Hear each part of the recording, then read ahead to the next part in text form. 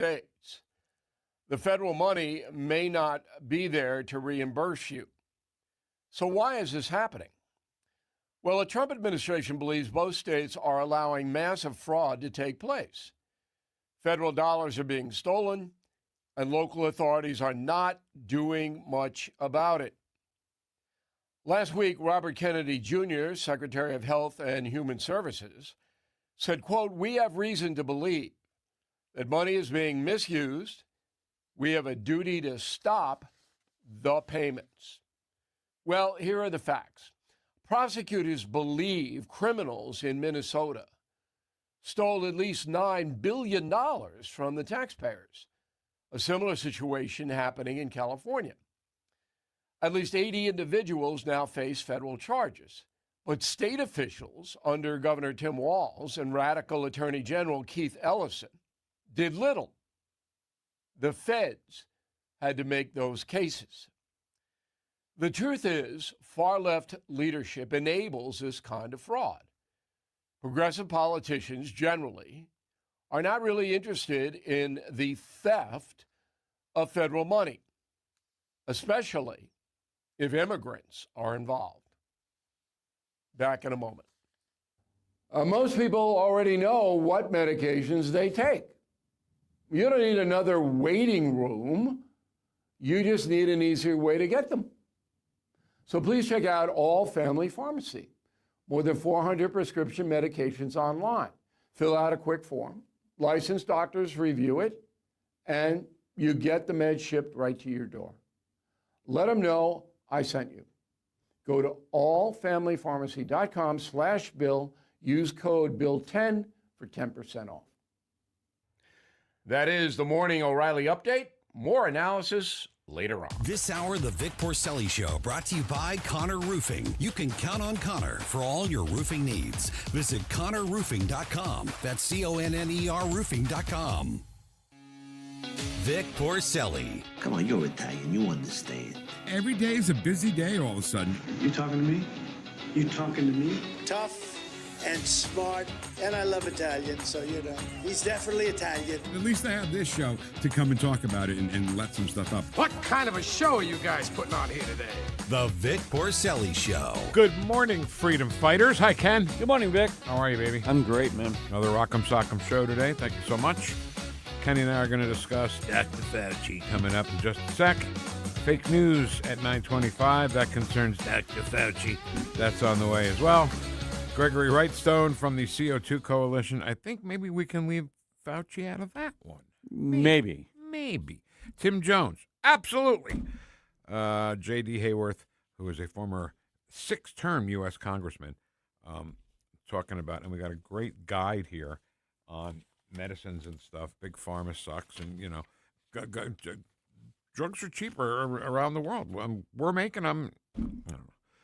Vic for Vets at 11:05 today. Mark Hart, chat box. Ken, who's doing the Pledge of Allegiance today? How about from Show Me Institute, Susan Pendergrass? Oh, Dr. Pendergrass, go right ahead.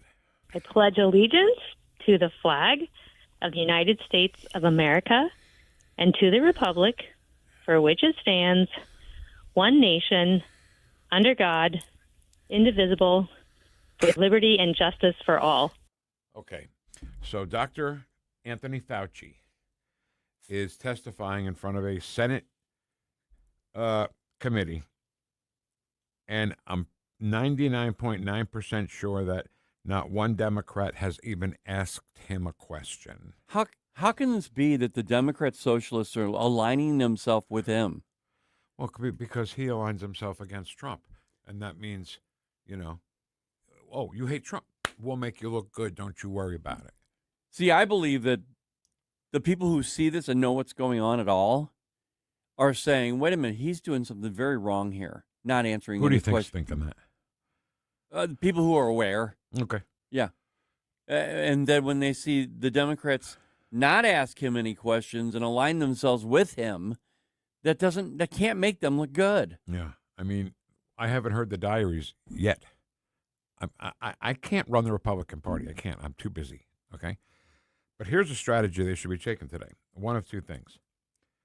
One of them being somebody like Josh Hawley because Josh Hawley loves to be combative in these things, you know, and a lot of that combativeness comes from answers from the witness. He's not going to get any answers from this witness because, On the advice of my attorney, I'm not answering because I'm a douchebag.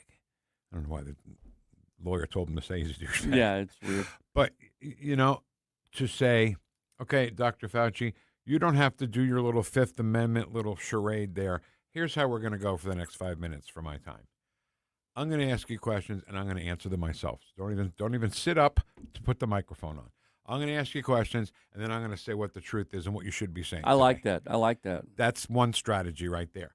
The other strategy is to just not ask him questions, because every Democrat, not one Democrat, has actually asked him a question, because they don't want the left to say, "Oh, he can't take the fifth on a question from one of us. We're on his side," right? Because taking the fifth is for combative questions. And what happened too, by the way, I don't make stuff up, okay? I do owe me people money though. Damn Jetsons. 9/11. So the point is that I cannot understand. Do you know who now he aligns himself with this take the fifth everything? Crazy Joe Galla from the Mafia in the 1940s. Well, sure. Because he said the same thing over and over again. When you say, I don't want to answer because it may incriminate me, incriminate you from what? Breaking the law? Right. And doesn't that automatically mean you've done something if you don't want to say that it may incriminate you? What are you saying when you do that? More immediately for me personally, it reminds me of Jennifer Granholm when she was up on the stand or whatever at a hearing. She pled the fifth for just about everything. Mm-hmm. So this has been very frustrating to watch. I've only watched a little bit. Fauci looks very nervous. He looks like he is wishing he could answer a question, because I'm sure he wanted to go at it with Senator Rand Paul. And I like how they were keeping calm. He never answered one question, and I think the rule is if he answers even one question, he's in. He can't plead the fifth any longer. And earlier, Vic, here's the arrogance. It is arrogance. It's such arrogance. The looks on his face, and he has like 7 lawyers with him, around him, and they told him, they said, you cannot sit there by him. You need to sit like in the gallery or something. They did anyway, and they acknowledged it. They said, and you did it anyway. Well, okay, remove him. Well, I don't understand how they're supposed to have this authority in this hearing, but they can't remove people, or they can't move people back, or they can't, you know. Yeah, you're not asking him to leave the room. No, I said you can't sit there. Well, okay, you're sitting there, so move. Right. I don't understand why they can't do that. Well, anyway, so this lawyer kept talking, and I'm not sure who it was, but he said, it might have been Rand Paul. If you say another word, you're being removed. Good. Well, the guy kept talking. But he wasn't removed. He wasn't. Vic, he kept saying stuff. And Rand Paul, if you say another word. Yeah. All right, Josh Hawley's up to bat. Let's see what he says. What color tie are you wearing? On the advice of counsel, I respectfully decline to answer based upon my rights under the Fifth Amendment to the Constitution. What color's the carpet in front of you?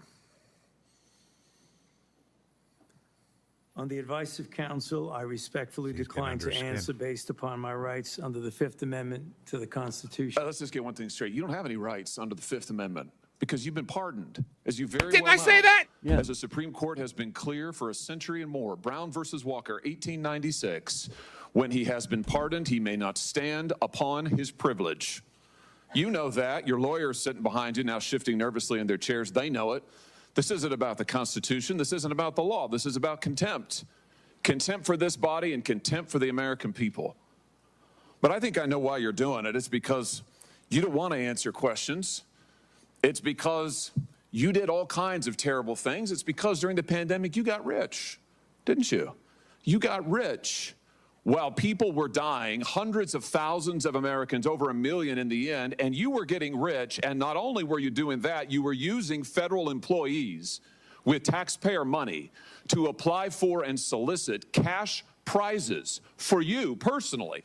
Cash prizes totaling over $1 million. You did all of that during the pandemic, didn't you? That's a question. On the advice of counsel, I respectfully decline to answer based upon my rights under the Fifth Amendment to the Constitution. You remember Greg Folkers? Who was that? On the advice of counsel, I respectfully decline to answer based upon my rights under the Fifth Amendment to the Constitution. Your chief of staff is the answer. Do you remember Patricia Conrad? Who was that? On the advice of counsel, I respectfully decline to answer based upon my rights under the Fifth Amendment to the Constitution. She was your personal assistant. And what were these individuals doing in the depth of the pandemic in November of 2020 when millions of Americans were suffering from COVID? What were they doing? I tell you what they're doing. Folkers was on your behalf soliciting and gathering information for a cash award. Let's look at it. We've got his email right here, right over my shoulder. Folkers says, I'm working on this nomination for the Dan David Award for Fauci. We need to beef up the COVID part. Do you have language in the can that you could share that delineates how we responded in new ways to COVID? He sends this to multiple federal employees. What was the Dan David Award? Do you remember, Doc? On the advice of counsel, I respectfully decline to answer based upon my rights under the Fifth Amendment to the Constitution. It was a $900,000 cash award. $900,000 cash award. And he got it because he used federal employees to get it. And this wasn't the only award, was it, Dr. Fauci? In fact, you applied for and received at least 8 other federal cash prizes on federal time using federal employees and federal resources. Here they are over my shoulder. Besides the Dan David Award, you've got the Partnership for Public Service, you've got the Adelson Prize, you've got the Smithsonian Award, you've got the National Academy of Medicine's Award, you've got the CDC Foundation. In fact, you turned your staff into a full-time application machine. You actually wrote to people and said, do you think maybe I'd qualify? And you got cash for all of this. And it wasn't just 1 or 2 employees, was it? In fact, you used 8 separate federal employees on federal time using federal resources to solicit cash awards. Isn't that true? On the advice of counsel, I respectfully decline to answer he based continues upon to my look rights down under as the Fifth all these Amendment to the questions. Constitution. Here they are right over my shoulder. Here's all of them. The people that you use, federal employees, so that you could go and get cash money. And the most hilarious part is that you weren't content to even dragoon them into applying for all of these cash awards. You then had them go out to the ethics agencies and ethics watchdogs and demand that you be able to get the money. That's right. We've got it in your emails. Your staff and employees on federal time, using federal resources, being paid with federal dollars, are soliciting cash for you. And then they're turning around and saying to the agency, we don't want just an answer. We want to get to yes, because Fauci wants the money. He wants it. We want to get to yes, and yes takes time. This is your chief of staff again, using federal email to pressure the agency's own ethics people so that you could get money, so that you could get rich. And it violated the law, didn't it, Dr. Fauci? Didn't it? It violated the law, didn't it? Is that a question? It is a question. You can answer. Go ahead. On the advice of counsel, I respectfully decline to answer based upon my rights under the Fifth Amendment to the Constitution. Federal law, as you very well know, prohibits the solicitation of cash awards or other personal benefits for federal employees. And it certainly prohibits using your own employees to do this. 5 CFR section 2635-205B. It says it right there in black and white. You cannot use federal resources, federal dollars, federal employees, federal offices, federal email, federal time to solicit cash awards. And you did all of it. And the worst part is thousands of people were dying while you were doing it. You were supposed to be the nation's doctor, and you're playing one on TV. But this is what you were doing with your time. Isn't that true? On the advice of counsel, I respectfully decline to answer based upon my rights under the Fifth Amendment to the Constitution. Yeah, I can see why. I can certainly see why. You know what I can't quite figure out is that why you were so obsessed with it, because you're already rich. I mean, and your scheme worked here. I mean, your net worth now is north of $12 million. You got over $1 million in cash awards during COVID, during a 12-month, 24-month span during COVID. $1 million you knocked down in cash money using federal resources. Now you're worth more than $12 million. You've got a pension that in its first year paid out north of $400,000 a year. 1 million people dead, you're getting rich. 1 million people dead, you're using federal employees to get cash awards for you. 1 million people dead, and you're here taking the fifth because you don't want to admit that what really happened in all that time was a multi-month, multi-year course of self-dealing. Isn't that true, Dr. Fauci? On the advice of counsel, I respectfully decline to answer based upon my rights under the Fifth Amendment to the Constitution. Yeah, well, silence is admission. And here's the real thing.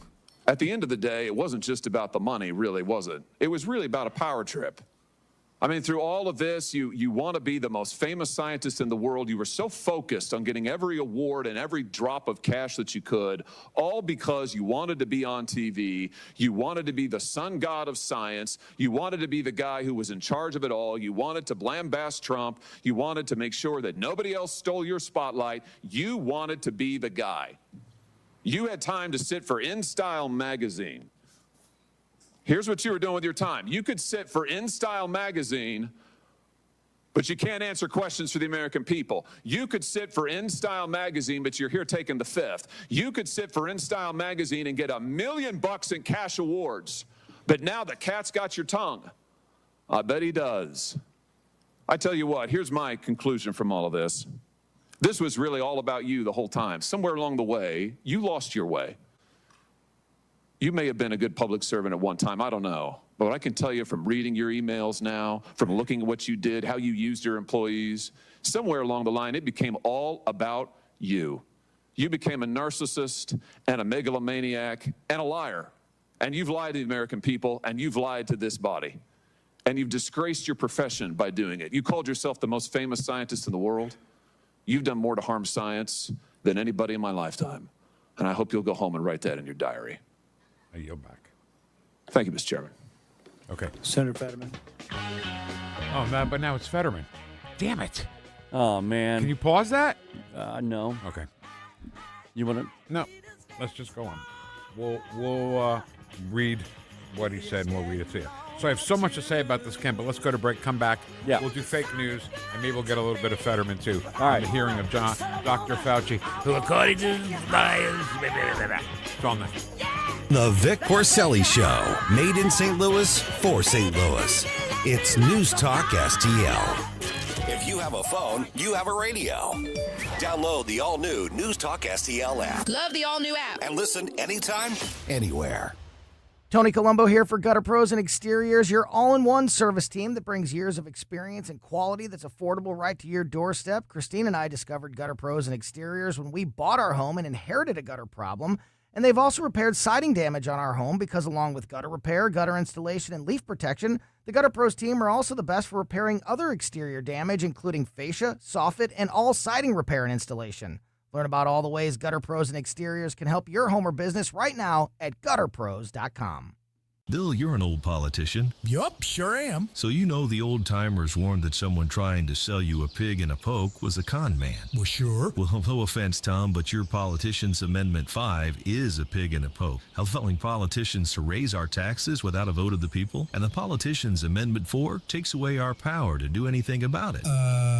Well, let's look at what's really inside Ford 5. Oh, don't do that. 5 hits hardest seniors and those struggling financially with new taxes on services taxes like doctor visits, in-home care, and rent. Sales taxes could more than triple. For up to 80% of Missourians, it's a tax hike. And Amendment 4 ends majority rule, allowing a minority of the most liberal statewide voters in one district to effectively end our power to stop corruption and out-of-control spending and taxing. Slick plan, huh? No, Tom. 4 and 5 are schemes that hurt citizens and transfer our power and our money to politicians and lobbyists. That's why I'm voting no on the Politicians Amendments 4 and 5, paid for by Missourians for fair governance. Life's legal challenges deserve experienced representation. For over 15 years, Cole Combs Attorney at Law has been serving St. Charles and surrounding counties with comprehensive legal expertise. From tax preparation and estate planning to family law and criminal defense, Cole delivers personalized solutions for your unique situation. We have traffic tickets, need a business formation, real estate matters, one call will handle it all. Cole O. Combs Attorney at Law.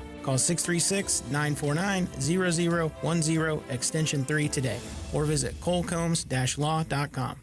Hey, Jamie Allman here for Window World. Did you know that Window World offers a lifetime warranty that covers all parts, glass breakage, and labor? They are one of the only 2 replacement windows with the Good Housekeeping seal of approval. Window World St. Louis has been owned and operated by a group of born and raised St. Louis residents for more than 23 years, and now Window World is offering 36 months same as cash financing with approved credit. Call them today, 800-GET-WINDOWS for a free in-home, no-pressure estimate. That's Window World at 800-GET-WINDOWS.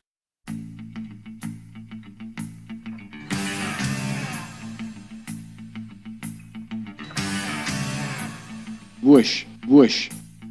Talk lines are open now at 314-912-1019. Vic and Ken. Ken can build a deck. Vic can build a sandwich.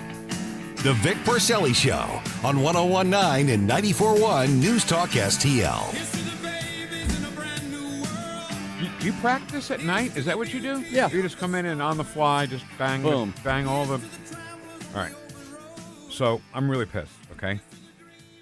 If he's not going to say an answer, if he's... Oh, I'm sorry. I'm talking about Dr. Fauci here, who is currently testifying in front of a Senate committee, and every single... thing. Josh Hawley asked him, what color's your tie? And he was getting pretty pissed about him saying that. And he would invoke his Fifth Amendment on what color his tie is. I mean, I think that says a lot. That what color is the carpet? You really need the Fifth Amendment to tell me what color the carpet is? How is the color of the carpet going to incriminate you, Dr. Fauci? Yeah. Right? Yeah. And we have some of that we recorded, so we'll have that later. Yeah, we'll yeah. be able to, play it back. So my note I wrote to myself, if he's not going to say it, we say it. And that's it. That's how every Republican should deal with asking Dr. Fauci questions, okay? Yeah.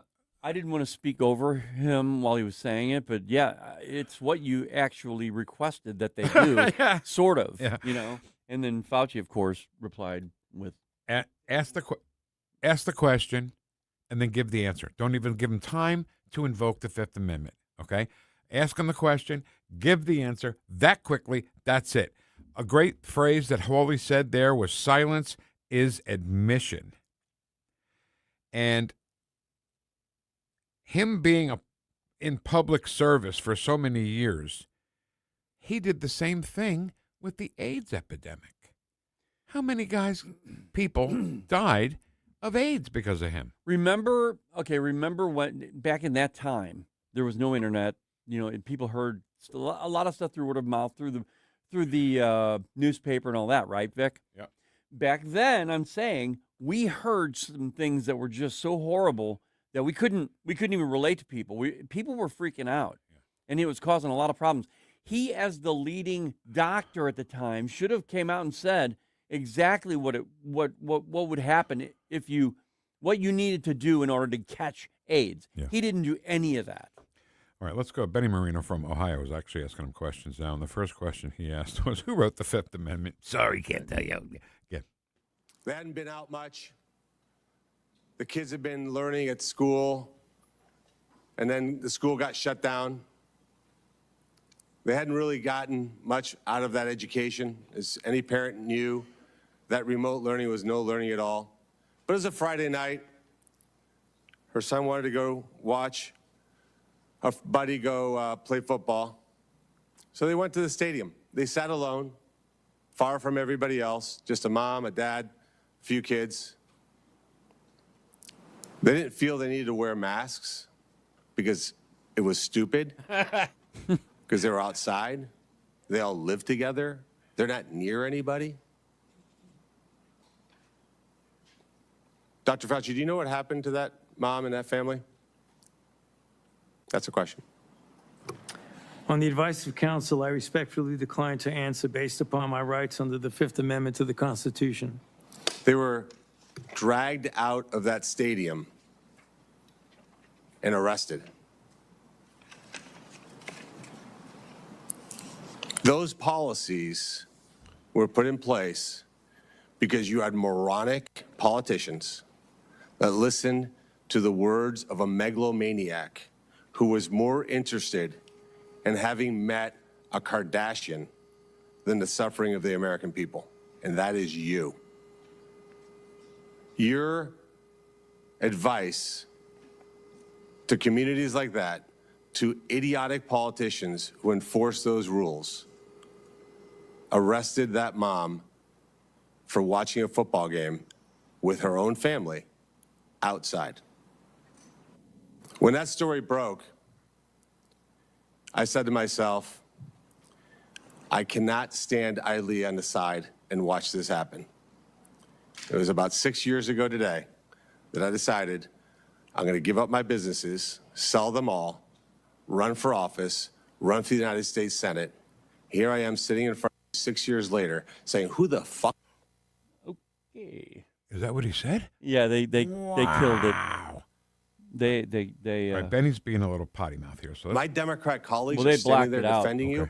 I hope the voters of the United States of America watch the clips of every one of you doting on a guy who was more interested in being a celebrity than saving American people.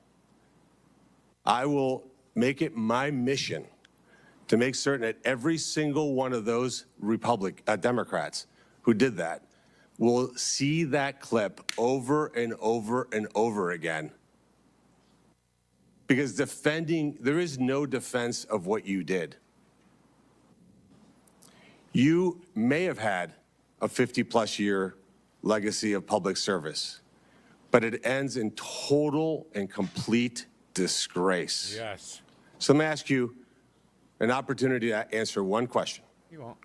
Will you apologize, just apologize, to the people who you harmed through your actions? Will you say, do you have the dignity to just say you're sorry? On the advice of counsel, I respectfully decline to answer based upon my rights under the Fifth Amendment to the Constitution. So you won't apologize to the military members who Joe Biden summarily dismissed from the military for not taking the vaccine? On the advice of counsel, I respectfully decline to answer based upon my rights under the Fifth Amendment to the Constitution. Will you apologize to the business owners that lost their business, shattered their lives, and they'll never recover? On the advice of counsel, I respectfully decline to answer based upon my rights under the Fifth Amendment to the Constitution. Will you apologize to the moms who had to force their infant children, 2, 3, 4-year-olds, to put masks on, and what that did and how that traumatized those kids? On the advice of counsel, I respectfully Turn your mic on, jackass. under the Fifth Amendment to the Constitution. Will you apologize to the family members of the people who died because they took your advice and not only got the first vaccine, but the 5, 6 other boosters that they did not need? On the advice of counsel, I respectfully decline to answer based upon my rights under the Fifth Amendment to the Constitution. Will you apologize to that mom from Ohio for being arrested for watching a football game with her family? On the advice of counsel, I respectfully decline to answer based upon my rights under the Fifth Amendment. So when we went to break, we were talking about John Fetterman. He was speaking, and John Fetterman, actually, all he did was reference some things that the Republicans saw that he agreed with, and then he said, I'm finished. I'm not going to ask any questions. And then he yielded his time back. Yeah. So I called Benny Moreno. I'm sorry about that. His name is Bernie. If you notice, Fauci is verbatim reading what his lawyer told him. He has not strayed from that line, not a word. There's a reason for that. And everything happens for a reason, and that's the reason of that. I also think, I wish Moreno had asked, do you apologize to half of this country who have been demonized as deniers, science deniers, yeah, when they weren't? You're the science denier. Will you say that you're the science denier and not the rest of the country? We know what his answer is going to be. Fifth Amendment, I On get the it. advice of counsel, I respectfully decline to answer based upon my rights under the Fifth Amendment to the Constitution. Right? You see what I'm saying? Yeah. So don't ask him questions. Ask him questions, and then you answer it. Say, Dr. Fauci, you can go take a nap now for the next 5 minutes because I'm going to answer the questions for you. All right, Ken, we still have time. That. Yeah. We still have time to fit in some fake news. So if you could just remind me who we're fighting, and then we'll get on to that. We have just enough time to squeeze that in, and then come back and talk to Gregory Wrightstone from the CO2 Coalition. We are fighting the fake news. It's fake. Fake news. Phony. Fake. Fake news. Fake, fake, fake, fake. So, oddly enough, the subject of fake news today is Dr. Anthony Fauci. Huh. During COVID on Face the Nation with Margaret Brennan. So, I consider him part of the news. Because he's on it. Okay. And Margaret Brennan, certainly. Absolutely. The news, okay. Yes. So here we go. Go. Anybody who's looking at this carefully realizes that there's a distinct anti-science flavor to this. So if they get up and criticize science, nobody's going to know what they're talking about. But if they get up and really aim their bullets at Tony Fauci, well, people could recognize there's a person there, so it's easy to criticize. But they're really criticizing science because I represent science. But they're really criticizing science because I had to play it again. You are a wise ass, but I love it. So do you hear the little baby stuff he's doing there? I represent science. Right. I'm science. He was saying, I read journals where these scientists were saying, who in the hell does he think he is by saying those words? Right. He's not science. Science is being wrong. Science is being critical. Science is everything to find out an answer. And Margaret Brennan is complicit. She didn't stop him and ask him anything. Excuse me, Dr. Fauci, I'm sorry, but you're saying that you're science. I'm science. I represent science. Plus, I hate Trump. Right. Okay. Okay. That's all the time we have fake news. We are fighting the fake news. It's fake. Fake news. Phony. Fake. Fake news. Fake, fake, fake, fake. All right. We'll get back to the Fauci hearing as time allows. But coming up next, one of our favorite guests, and we've been right all along on the climate change crap. Geologist and executive director of the CO2 Coalition, Gregory Wrightstone, is next. See, I'm not as good as you. I can't do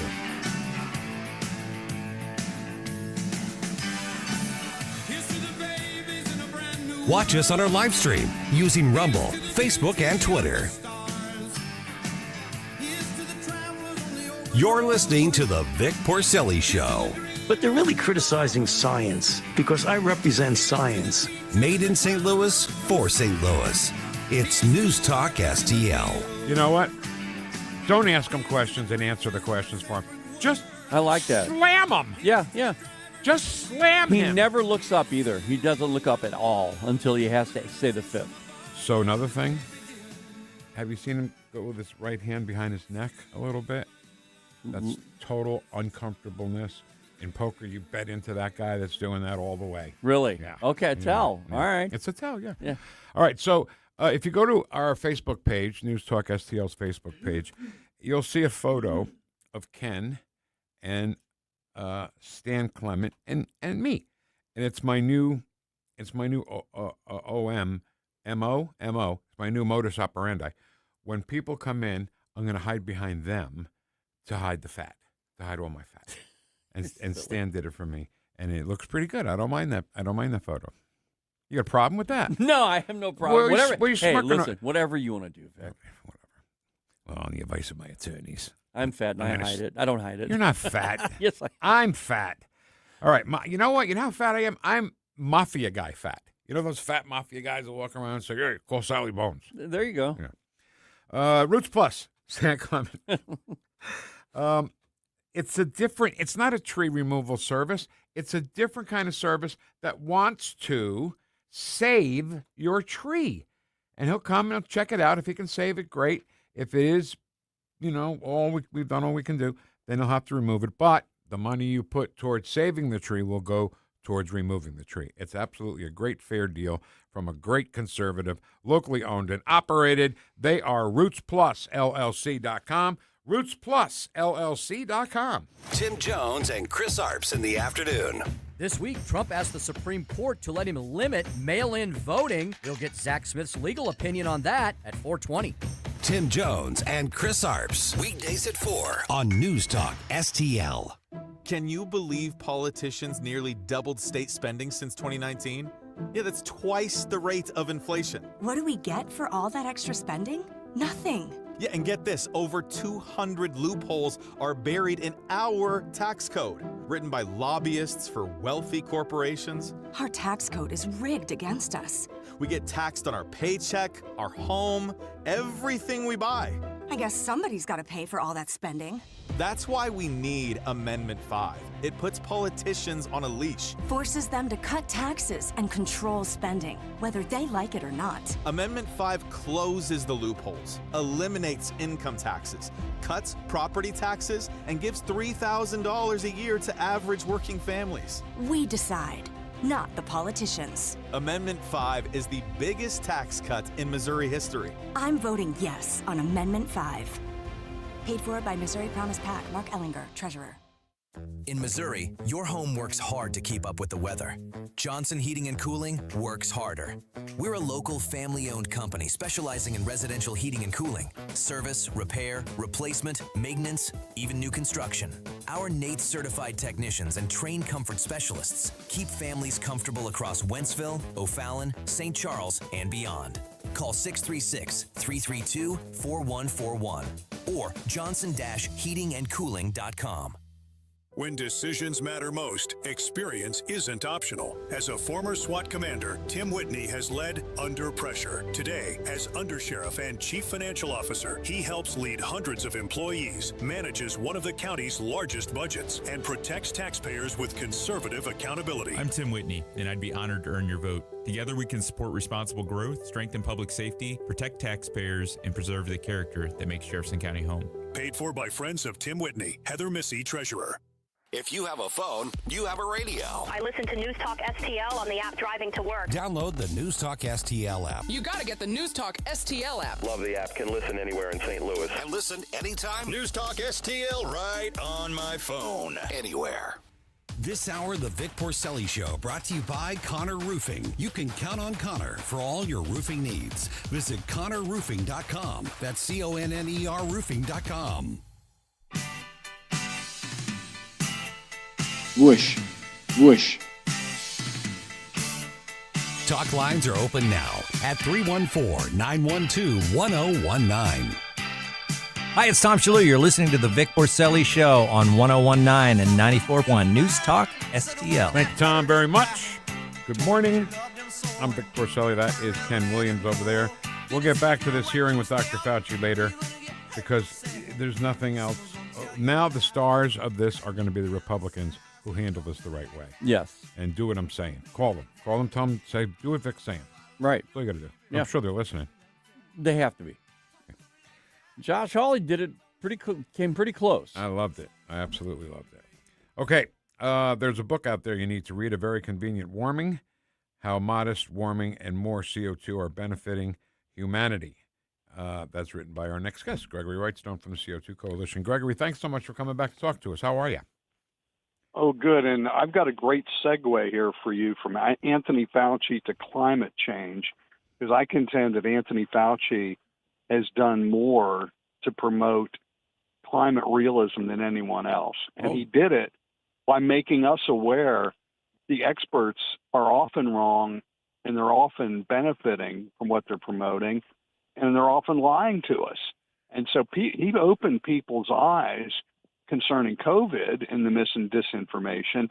And it's even worse in the climate change arena, where you and your listeners are being lied to on a daily basis about this non-existent climate crisis. So there's a great segue between Fauci and climate change.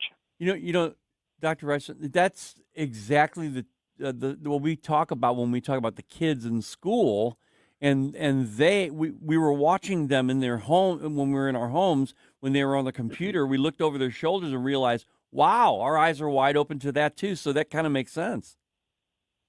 It is, and we see the same thing now. We saw how the children were being harmed by locking them out of schools, and we've been near a generation of children that have been harmed, maybe for the rest of their lives because of this.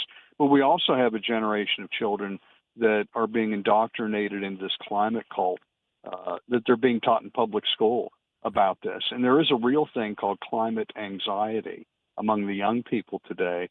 They've been told there's an existential threat. Their family and the world is in dire straits from us emitting carbon dioxide. And there's nothing that can be further from the truth. Yep. And I got to tell you, we've done here at the CO2 Coalition, we've done something about this with the children. We've launched an education initiative. You can go to our website, which is co2learningcenter.com.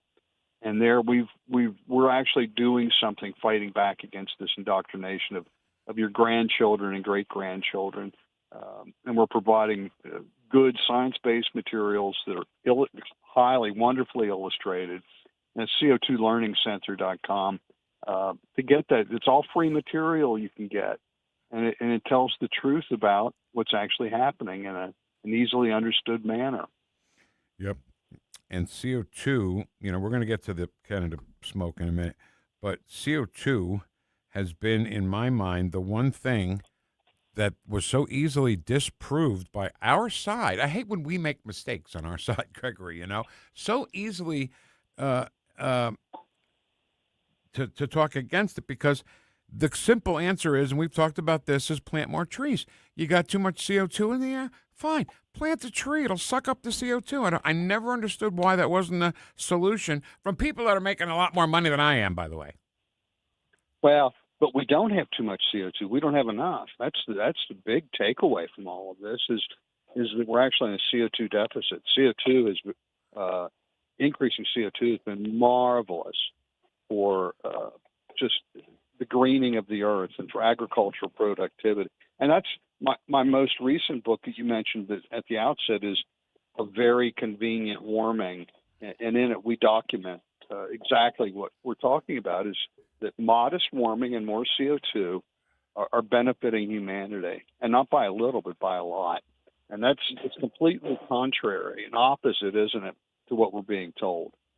We're being told, there's this climate crisis that we need to fix, and that we need to go off of coal and fossil fuels and go all to reliable, they call it, renewable energy.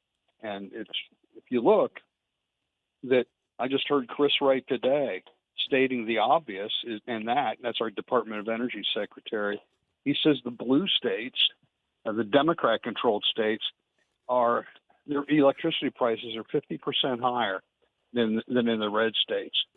And it has everything to do with their embrace of renewable energy. It doesn't have anything to do with data centers and the electricity they're driving. It has to do with expensive wind and solar powered electricity. We need to get back to that. The best reliable, abundant, affordable energy is that from coal and natural gas. Yeah. Christopher Wright is a great energy secretary, and I think that taking people's liberty and freedom away is certainly never the way to go. But his predecessor, Jennifer Granholm, thought, well, I can afford an electric car. Why can't you? She was asked about it, and she just... Oh, my God. That is hilarious. I don't know who that was, George McFly or Jennifer Granholm. Yeah, she was pretty horrible. Terrible! Horrible! she thought that the electric from your electric cars, when quizzed about it, she goes, "Well, it's from the plug over there." Not understanding where did that electricity get to the plug has to come from something. So how did and as energy secretary, she was clueless. How did she get appointed to that job if she didn't realize that basic fact that coal runs the electric chargers? No. You guys are both wrong. It all does go from the sun to each of our outlets. Is that right? Yeah, it's like magic. Oh, I have no idea. Right into that outlet. Boy, oh boy, Gregory, I don't know. All right, so let's talk about the smoke from Canada now reaching Florida. How's this our problem? I know it's our problem. How's this our fault? Well, it's not, but I can tell you, as I'm at my home in Florida where we can see the smoke. Well, wonderful sunsets the last 2 evenings, by the way. Thank you to the smoke. Really magnificent sunsets. But what we're seeing in Canada is that one of our CO2 coalition scientist members here. I've just reviewed his op-ed and commentary. He lives in Alberta and he talks about this. One thing I've never. I'm probably sure that none of your listeners have heard this. He blames a lot of the Canadian fires. Now, let me back up just a minute. Number one, if we look at it, Canada's fires from the Canadian Fire Service, they document that there are fewer. The number of fires in Canada have been declining. They just have. The area burned has been increasing a bit, but that doesn't have anything to do with climate change. It has everything to do with their regulations and policy. And one of those regulations, I didn't know this until I found out, they're spraying large sections of the Canadian forest with Roundup, glyphosate. And what it does is it knocks out the deciduous trees, maples, and dominate. They want to just grow the valuable conifers that can be harvested. So you have really a monoculture, and that the conifers are highly flammable. And so that's when he blames a lot of that on that. But there's also things like pine beetle damage and transportation bottlenecks. But mainly it's the forestry practices of Canada itself. Just like in the United States, they went away from fighting fires and getting rid of undergrowth, controlled burns in the early 80s, and have gone over this. And so we have seen an increase in the intensity and size of the fires, but not the number of fires. And also in Canada, if you look at it, in Alberta and Manitoba, the firefighters need to hire Native Americans first. They call them the First Nation peoples. And because of that, we find a number of these are arson-related fires that have been set. Actually, a significant number, and they're from the Native Americans. It's like job security for them. That they, I'm going to get. There aren't many good-paying jobs in Manitoba that are out there for a Native American, but firefighting is one of them. Oh wow! So if you can get a fire, and you may not have ever heard that. I didn't. It's a great this was back in 2023. I think there were 15 or 18 of the Indians. I think, don't hold me. I think it was Ojibwe that were arrested, and they've recently arrested more this year arsonists. I haven't seen if those arsonists are actually Native Americans or not, but that was for Alberta and Manitoba. Right. And so it's really a change in their forest practices, just like we have today. In the early 1980s, under the Clinton administration, we moved away from the fire practices that worked really well for many decades before that. Again, controlled burns, thinning of the undergrowth, and having good and timbering of the lumber. Where they moved away from that. And so most of the big fires that we see here in the United States and in Canada, they're called crown lands. In the United States, they're federal properties under the National Forest Service. And those are the ones that are mismanaged. The people with private property in the forest tend to take very good care because that's a cash cow to them is they're lumbering on their property. And so the really big fires in both the United States and in Canada are on federally controlled forests. So I would like to start a new show. every week, Ken and I come on TV with suit and tie, and we say, "Welcome to Apology Today." Today, our apologist, right, is Al Gore. You know, we never got an apology from him.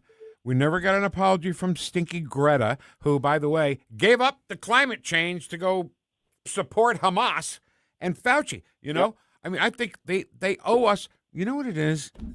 The Fauci, he made the left and idiots on Facebook, the experts who don't know anything, to call us science deniers. Yeah. And I am so offended that well, I was offended then, but I'm more offended now. And all he does is sit there and take the fifth. And I'm sick of it. Well, you can't apologize to Al Gore, though, because he's saying climate freezing now.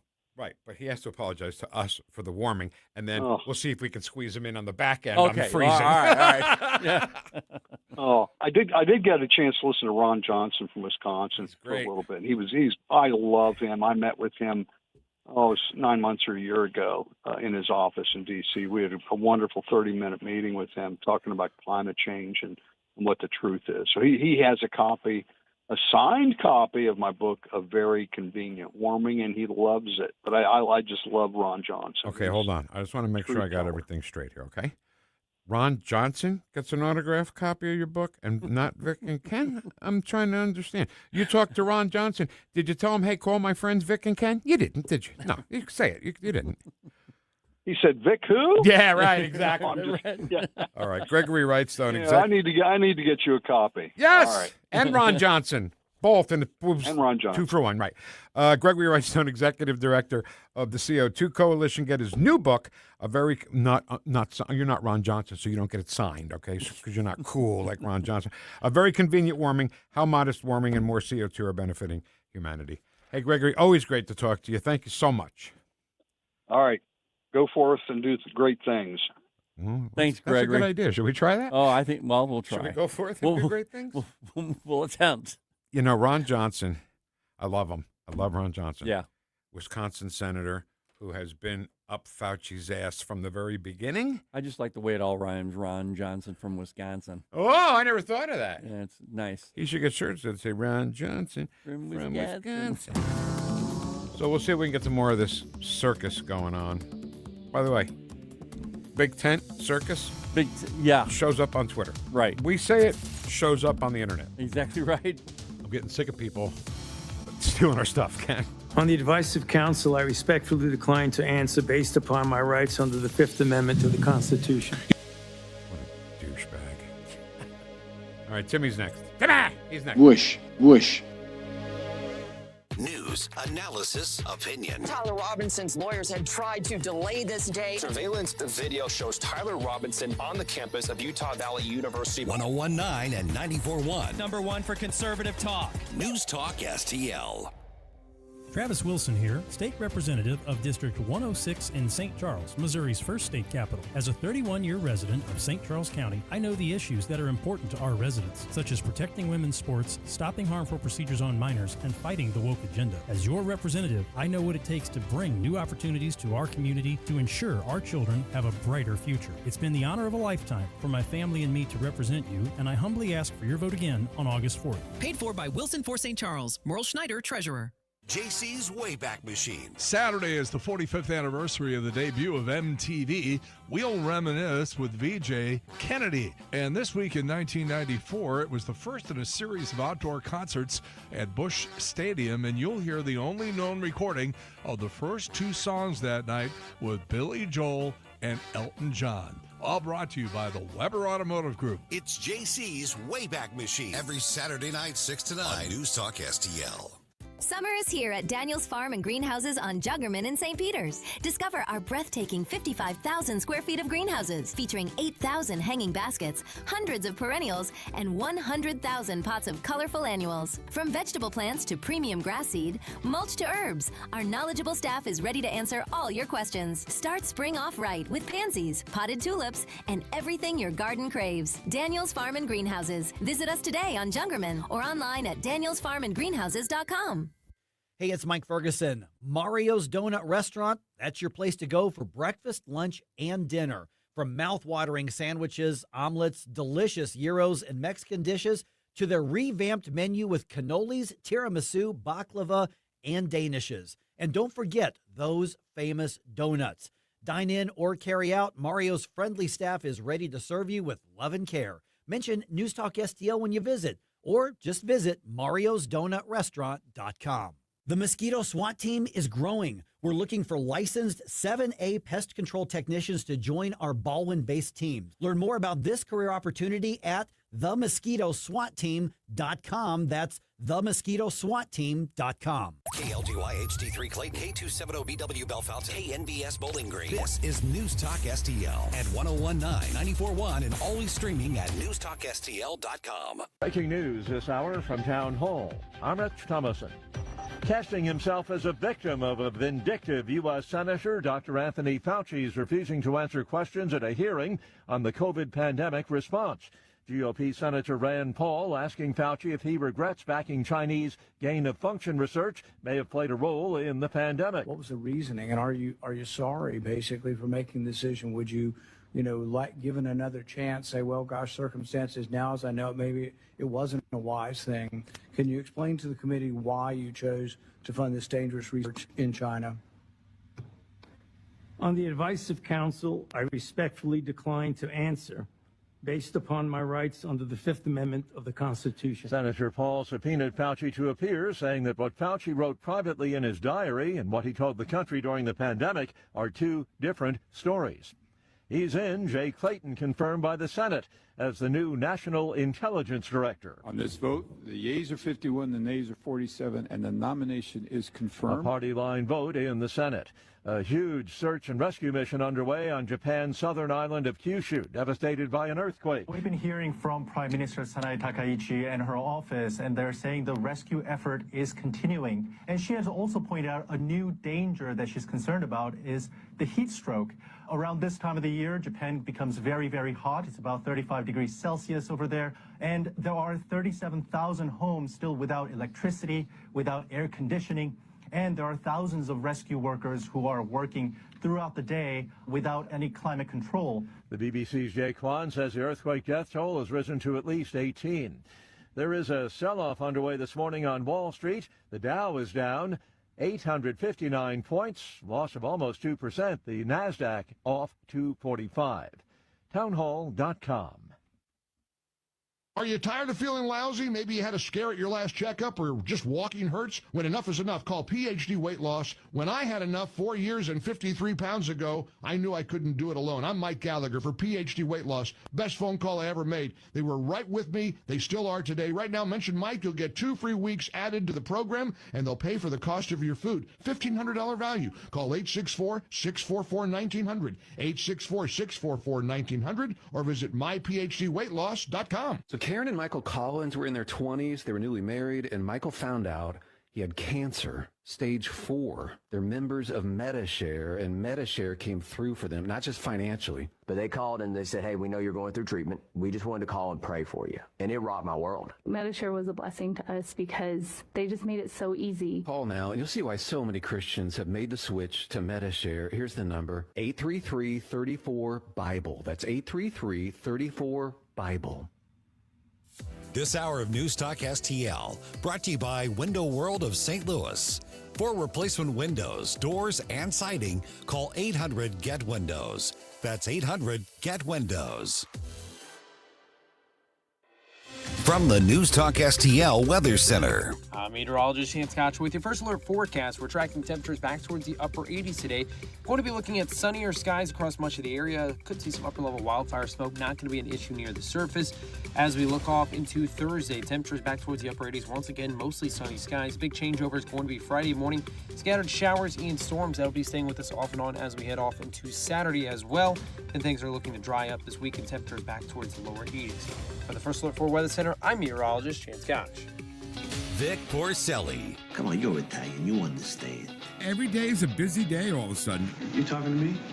You talking to me? Tough and smart, and I love Italian, so, he's definitely Italian. At least I have this show to come and talk about it and let some stuff up. What kind of a show are you guys putting on here today? The Vic Porcelli Show. All right, hour number 2 ready to roll. Got to catch my breath just from last hour.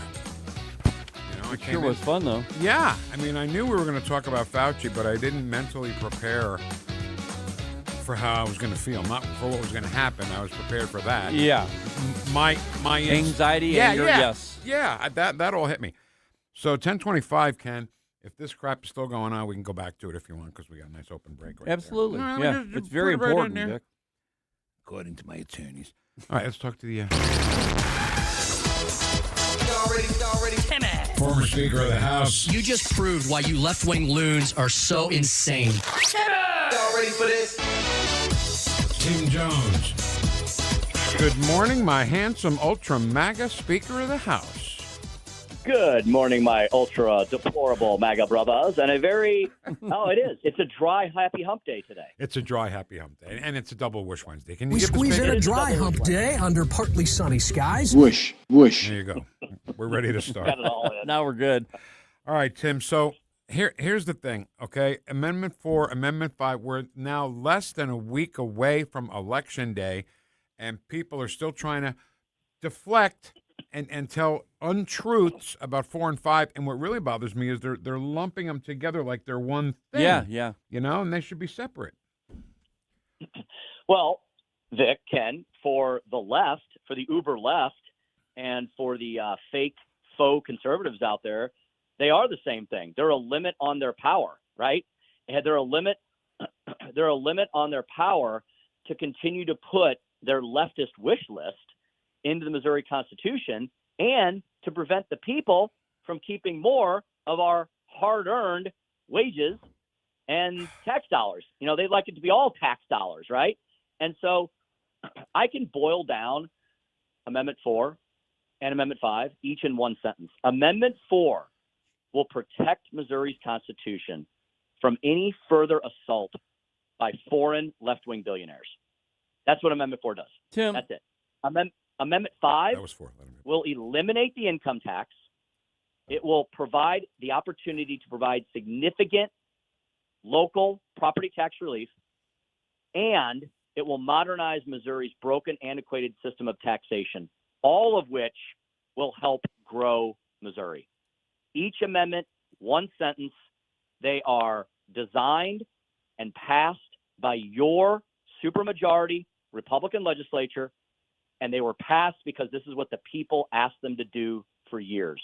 And so now for people to sit here and bellyache that, oh, it's not perfect enough, or, oh, I wanted this sentence in it or that, this is what you get. This is called the results of a constitutional republic through people's representatives and senators. And it is so much better of a system, despite some of its issues that it has, because people are the ones that run this system, and you have to deal with things like Democrat filibusters and things of that.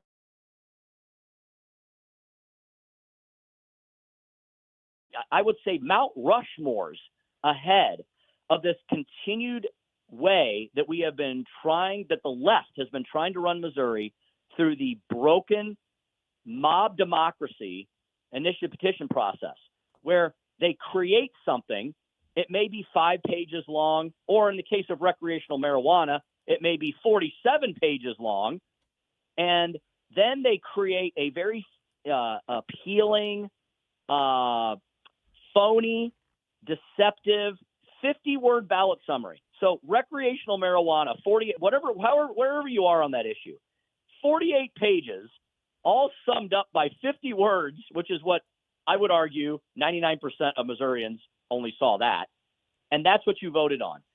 That's how you also passed Medicaid expansion, which is bankrupting Missouri's budget and will only get worse long term. And that's how you got abortion and transgender mutilation surgeries into our Constitution. These things are all going into our Constitution. Do you want more of that? Well, if you do, the left is more than happy to comply. In fact, they've got a new insane proposal that is going to hopefully not, but they're trying to get it on the ballot this November. So there's more coming. And after they do that, guys, they're going to take away our Second Amendment rights. They're going to raise taxes by billions of dollars, and the parade of horribles will continue. So if you've enjoyed everything I just mentioned and you would like more of it, then you are a raging leftist Marxist communist. If you are not, then you should support Amendment 4. And Tim, if they don't understand, if nobody understands anything you just said, all they have to do is a little research and follow the money. Follow who's promoting the no vote on both of these amendments. If you follow the money and you see who's actually spending the money to promote these things as no, then and you'll find out that these are not the people that you've ever voted with and to align with in any way, shape, or form. That's correct. It is a parade of Marxists. It is a parade of the worst Marxist horribles you could ever imagine. The AFL-CIO, the NEA, the DSA, because yes, the DSA is here. They have chapters in Missouri. The Missouri Democratic Party, the Missouri Budget Project. These are the lefties of the left, and I am sorry to say that there are some people who claim to be conservatives who have bought this Kool-Aid as well, and they have made this abhorrent, unholy alliance with these people because they don't think it's good enough or it wasn't their idea. It's like, stop being a toddler, right? We are talking about the desecration of the Missouri Constitution. It is going to get so bad. You're going to look back. These same people who claim to be conservatives who don't support Amendment 4, when this parade of horribles continues, you know who they're going to blame it on? They're going to blame it on the Missouri legislature, the legislature that has provided you the fix for all of this, Amendment 4. Right. Amendment 4 will stop all of this. We can talk about how great Amendment 5 is as well. Okay. I would like to do that. But first, I had an epiphany recently, and I wrote down the phrase, and then the first person who said the phrase. This is kind of like, remember You Bet Your Life with Groucho Marx? And they had a secret word. It's a secret word. It's a common word. You hear it every day. And if you guess the word, you got $50. Well, you just said the secret word, constitutional republic. And I've got something figured out here, guys. You will never hear Democrats use the word republic because it sounds and looks like Republican. Mm-hmm. And the democracy looks like Democrat. Right. So that's why that happens. I just figured that out. I think you're right, Vic. Yeah. I'd like my $50. All right. Okay. All right. You can have that, yes. On to... Can you imagine if we had this initiative petition process on the federal level? We wouldn't be living in the United States of America anymore because the left would take every insane leftist populist idea they've got, and it would be whatever the fad of the day is. The Senate would already be gone, right? You know what their platform is now, right? So the Senate would already be gone. The Supreme Court would have 35 liberals running it. There would be no more electoral college. So what we have in Missouri is a version of what the country would look like if the left was able to basically take a straw poll every day and shove something else into the U.S. Constitution. We need to fix it. We need to vote for Amendment 4. Okay. On to Amendment 5 like you want. Yes. Go. Amendment 5 is a constitutional proposal prepared, drafted, debated ad nauseum for 5 months by the legislature. A supermajority of the Republicans in the legislature, the Missouri legislature, voted for it. So that's how much support was there. Nearly every statewide elected official and a huge chunk of the congressional delegation, some of the most conservative people that you all out in NewstalkSTL land have voted for, have endorsed Amendment 5. People like U.S. Senator Eric Schmidt and Josh Hawley. People like Congressman Dr. Bob Onder and Eric Burleson.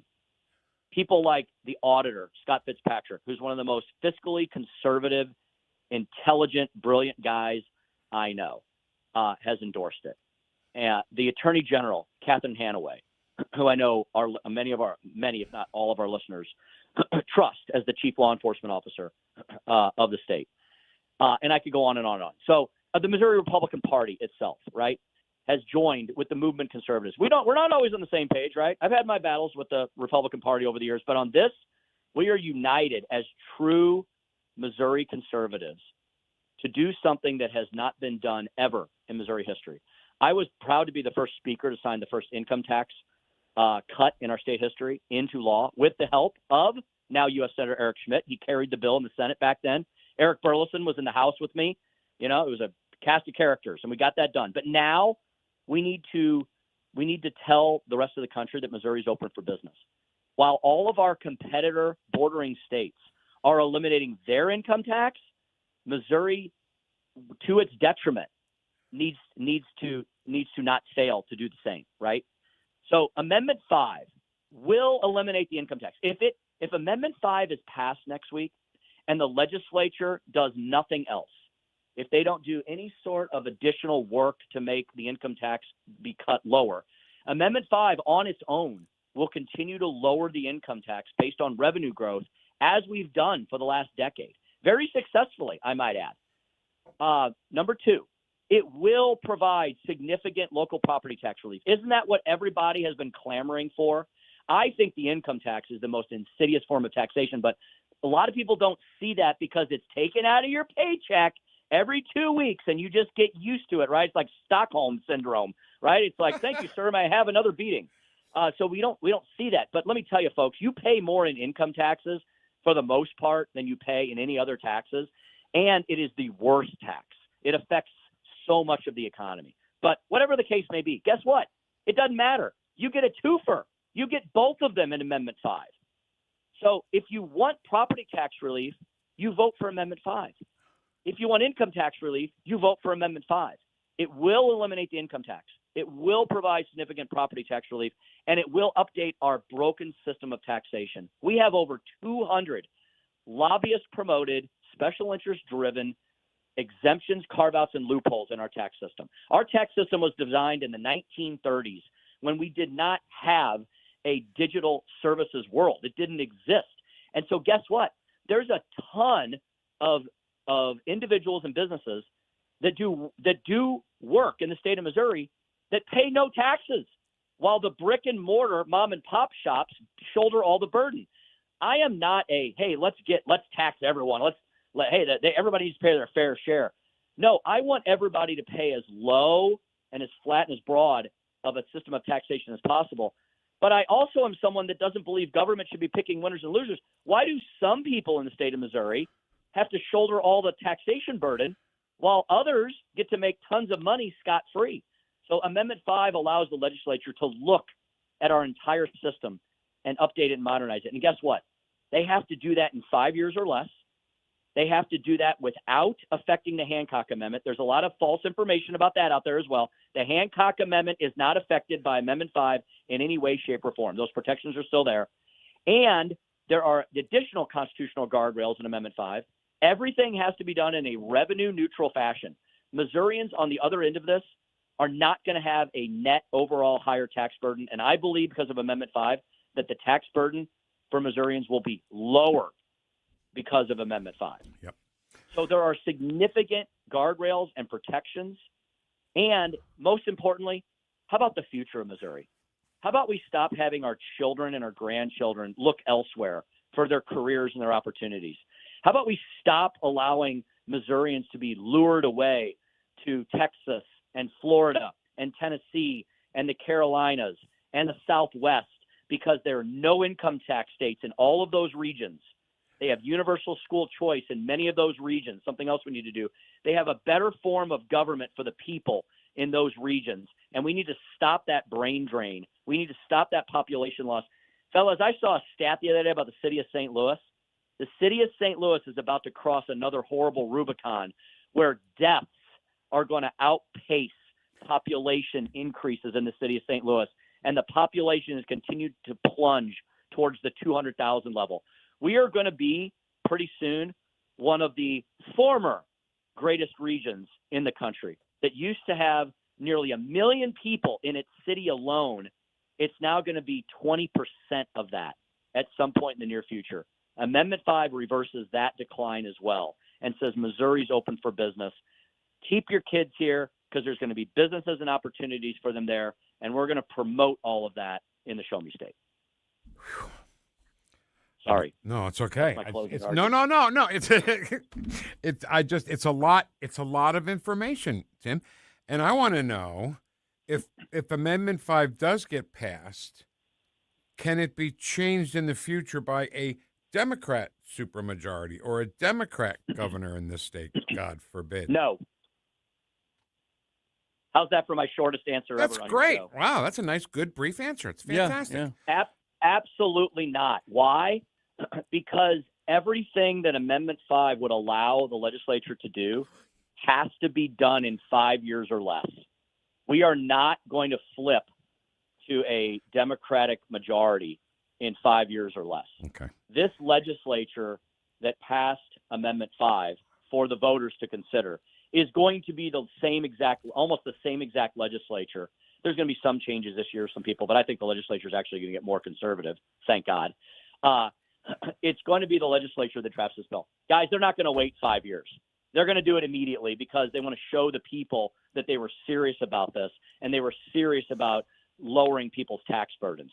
So I believe that if Amendment 5 passes, they're going to get right to it. You're going to see a bill really soon that's going to reorder our system of taxation and make it a better system of taxation. Well, there goes the governor. The governor has said he wants it done immediately. He wants exemptions for three things: healthcare, real estate transfers, and agriculture.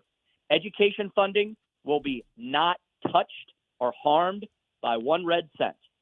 So those are additional protections. It is one of the best pieces of public policy as far as taxation that I've ever seen in my lifetime. And I'm not trying to be Pollyannish or funny about it. I'm being serious about it. Yeah. It was a well thought out piece of legislation. And if Missourians want to grow Missouri and not let Missouri continue to fall behind and help yourself out along the way with a lowering of your income tax and your real estate property tax burdens, you vote for Amendment 5. All right. There goes your brief answer. Great. Okay. So, sorry. No, that's fine. I did say no in the beginning. No, yeah, I did. You did. In your defense. So I know this show, 5 years old, we're starting to learn every day. But more and more every day, we are coming up with solutions that if people would only listen to us, we could solve a lot of problems. You got a population problem? Guess what? We got the solution.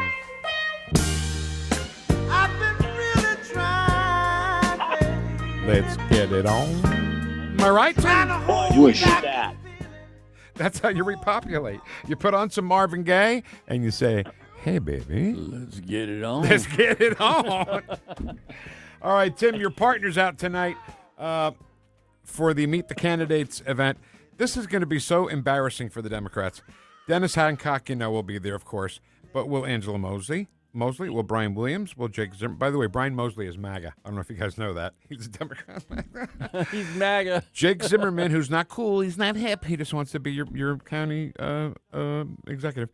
And it's all going to be at the great new St. Louis County Republican Central Committee headquarters and with your buddy Chris Arps. So get out there with him. Okay? Indeed. Yeah, people are going to see the Democrats in all their goofy glory tonight, aren't they? It's going to be interesting, isn't it? If these Democrats, these St. Louis County Democrats, are they going to be as wacky and weird as what we're seeing on the national level? Or because they're going to be in a room that is the GOP headquarters with some of their potential opponents, are they going to tone it down a notch or not? I don't know. I don't know if they're able to anymore these days, fellas. We'll see. I'm having a hard time paying attention with Marvin Gaye on. I'm just getting horny. Tim, my ultra MAGA handsome Speaker of the House, thank you so much. Thank you so much. Oh, my God. Thank you, my ultra MAGA deplorable Garbagian brothers. And a double whoosh dry hump day Wednesday to all you all. Timmy. See you, Tim. Whoosh. Whoosh. So, Ken, when we get back,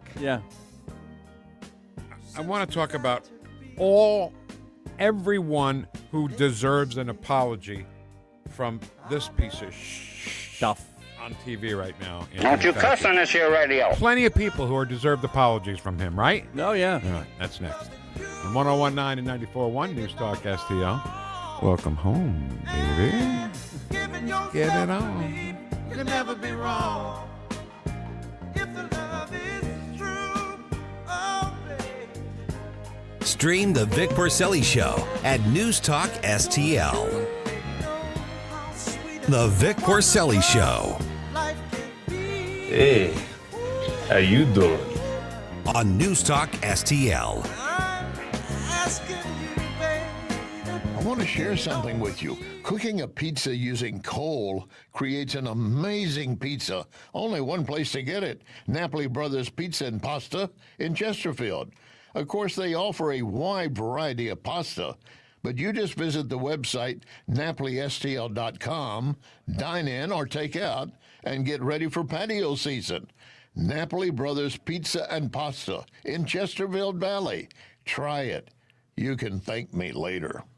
This is Mark Harder with RE/MAX Results, the #1 RE/MAX franchise in the region. As a licensed real estate broker with RE/MAX Results for over 20 years, I've seen the ups and downs of many real estate markets, including the one we're in right now. With the spring market in full swing, now is the time to leap into the buying or selling of your home. Someday is not a day. Today is the day to make your move. Call me at 314-852-8933 or email me at markhardersells@gmail.com.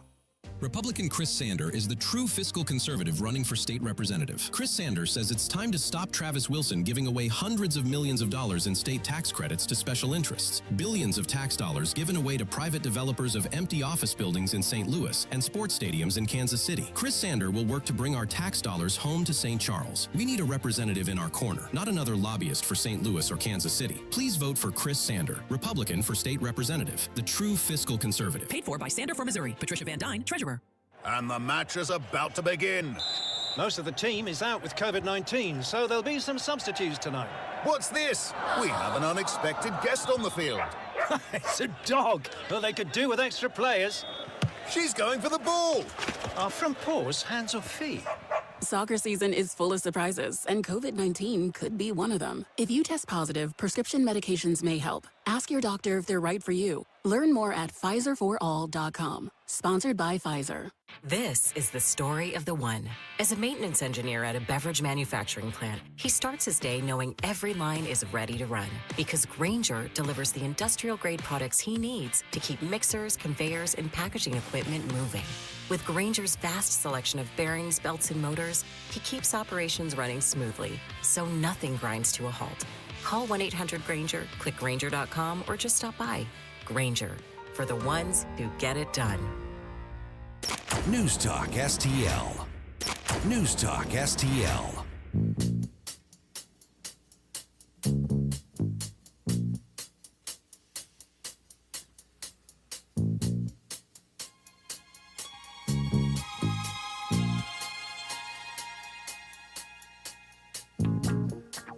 Woosh, woosh.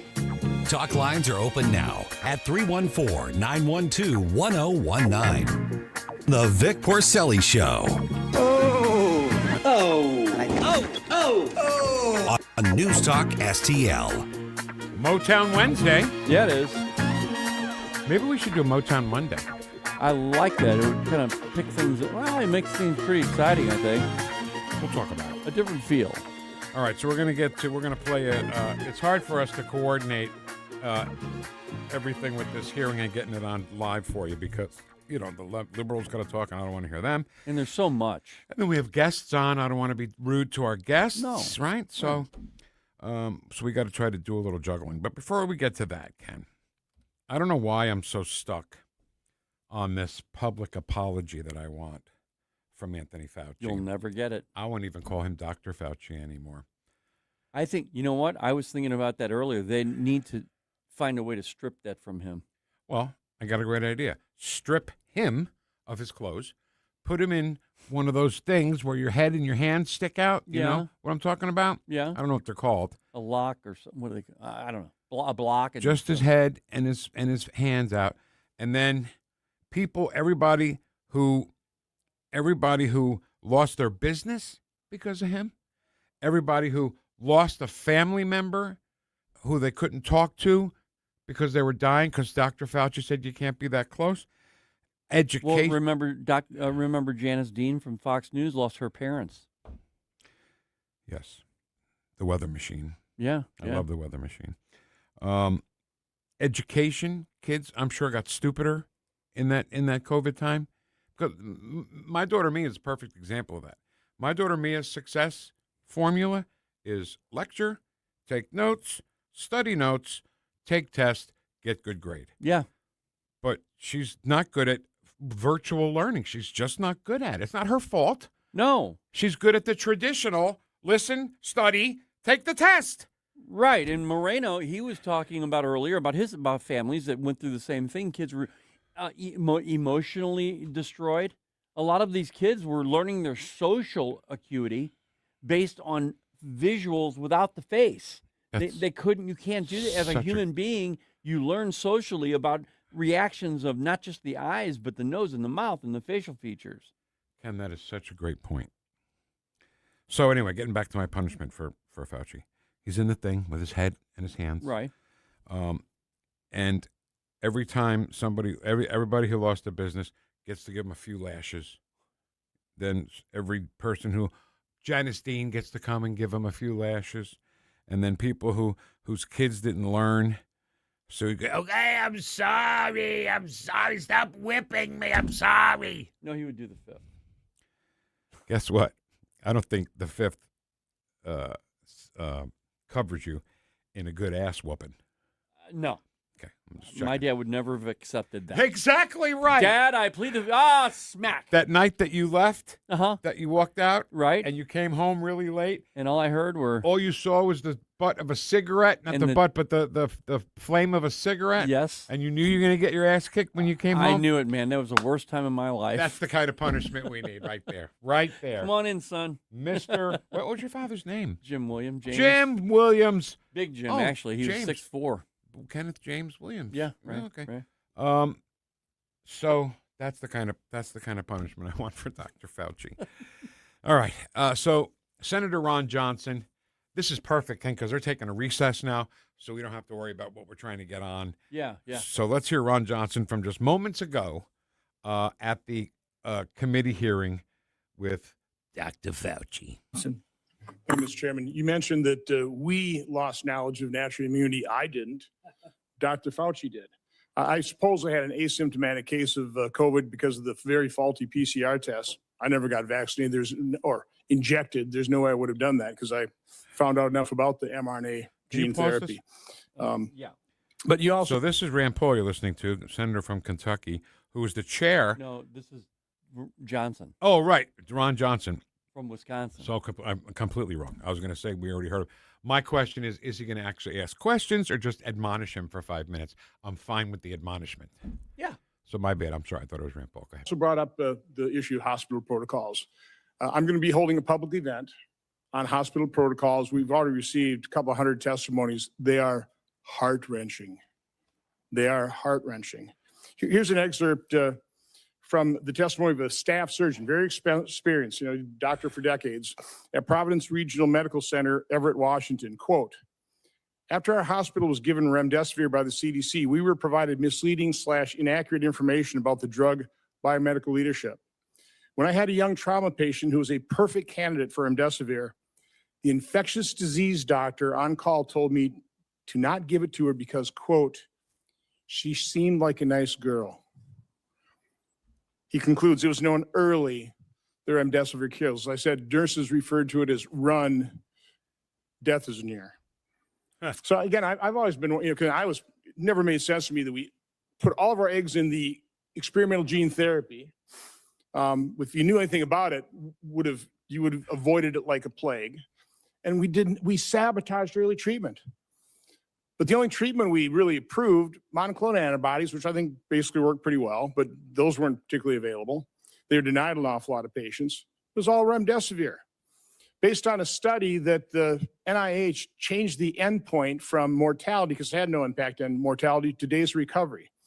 A drug that the WHO recommended against its use in COVID in November of 2020, but a drug that cost over $3,000 for a course of treatment, versus things like ivermectin, hydroxychloroquine, who even Dr. Fauci, and I should have got that one out because I want to take this time to end things in the record, said, we need to have a very tight protocol on remdesivir because it's unknown, but hydroxychloroquine, that's approved, some side effects, but we have a long history of it.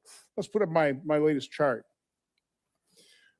Again, I was tracking adverse events on the experimental injection, but I use this chart as a comparison.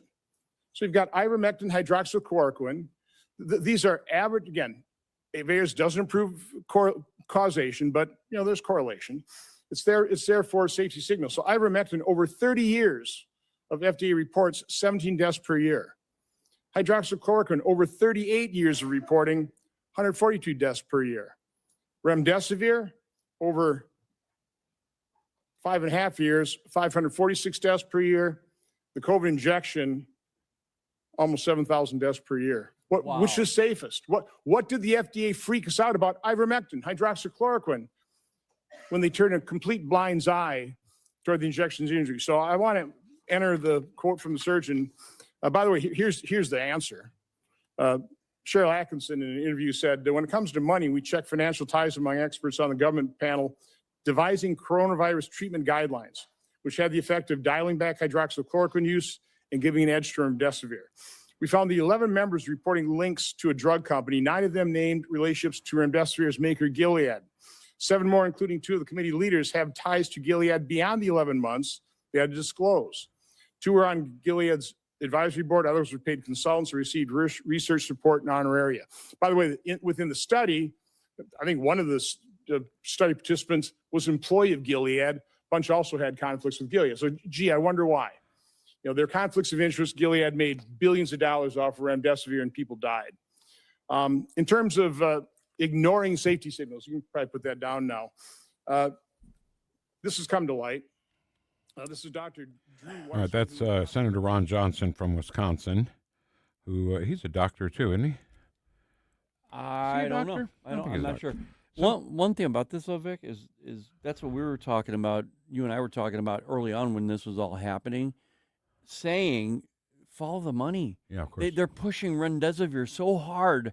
Why don't we just try President Trump? Let's give the right to try. Whatever it might be. I don't care. Love right to try.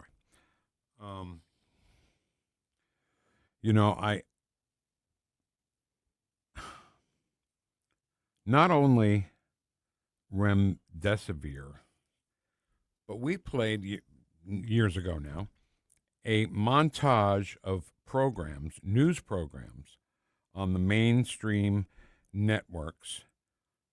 Every feature, everything was brought to you by Pfizer. Everything. And we did a collage, in fact, of that.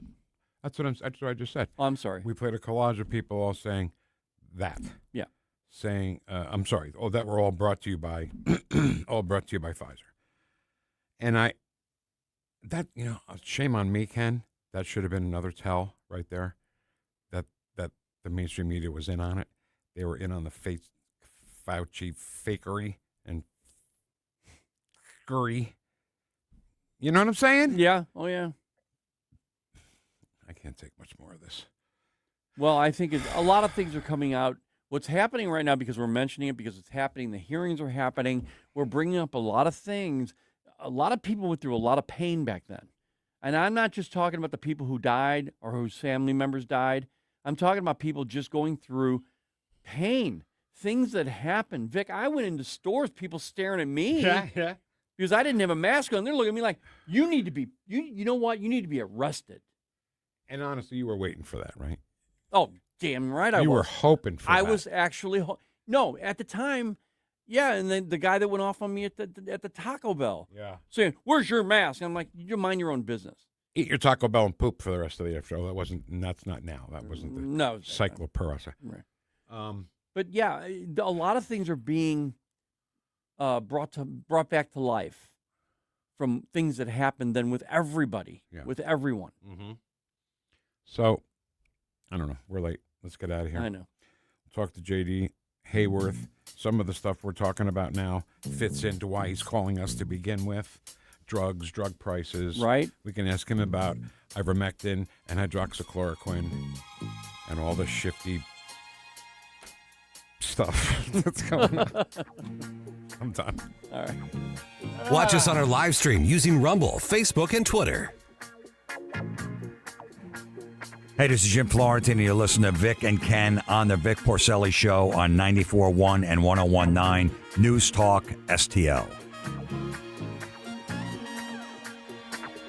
News, analysis, analysis, opinion. I'd love to come on your program and debate you personally. I'm a pretty intelligent, average Joe. American people are all worked up. I'm with you. I'm outraged with what's happened. There are a lot of fascinating questions here. 101.9 and 94.1 News Talk STL.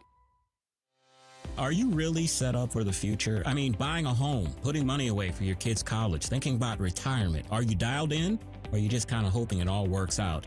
That's where Royal Banks of Missouri comes in. They'll actually sit down with you and build a real savings plan that fits your life, not some cookie-cutter approach.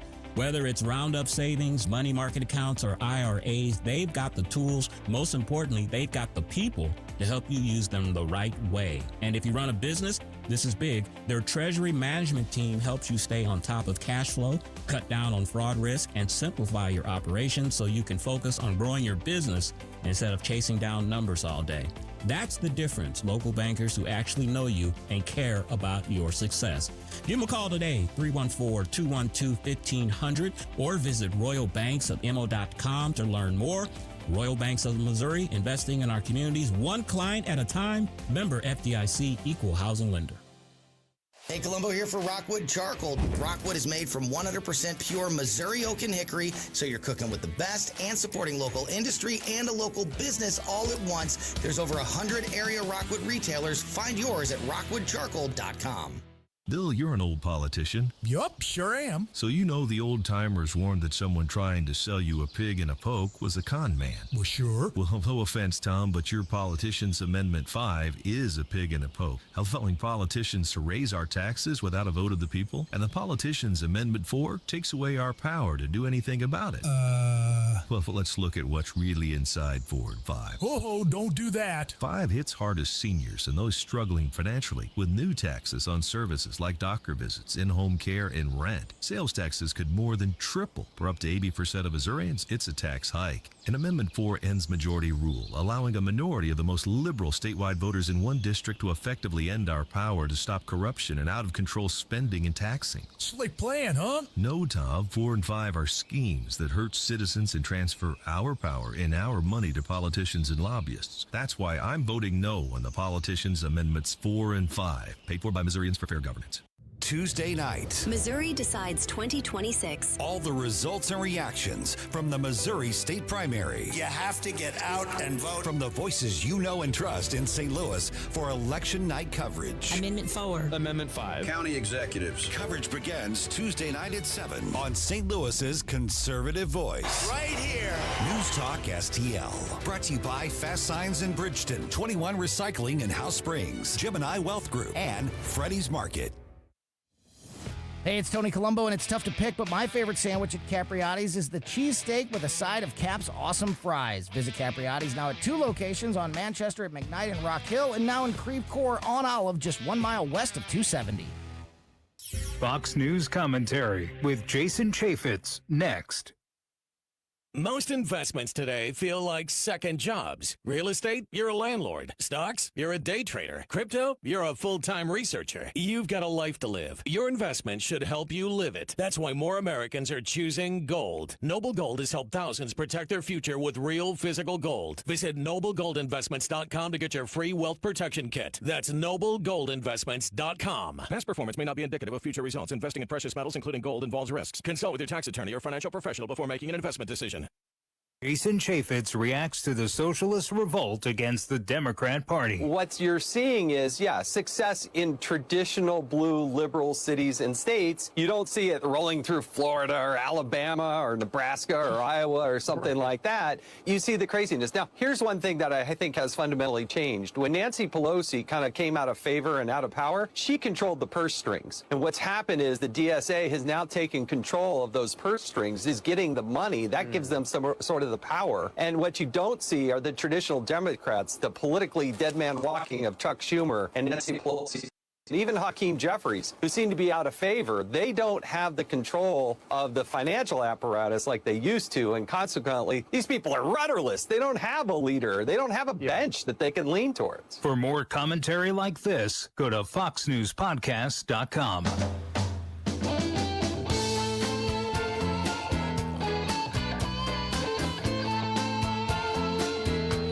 Talk lines are open now at 314-912-1019. Vic and Ken. Vic has great hair. Ken has great, baseball caps? The Vic Porcelli Show on 101.9 and 94.1 News Talk STL. This weather report brought to you by Pfizer. Today's countdown to the royal wedding is brought to you by Pfizer. And now a CBS Sports Update brought to you by Pfizer. Meet the Press Data Download brought to you by Pfizer. This portion of CBS This Morning sponsored by Pfizer. On how to find the hidden sugars in the American family diet. Sponsored by Pfizer. You get the idea, right, JD? Oh, buddy, do I? Do I? Wait, let me introduce you. That was very... And I'm a broadcaster. Look, free speech can be free speech, but it ain't free speech when you and I are paying for it.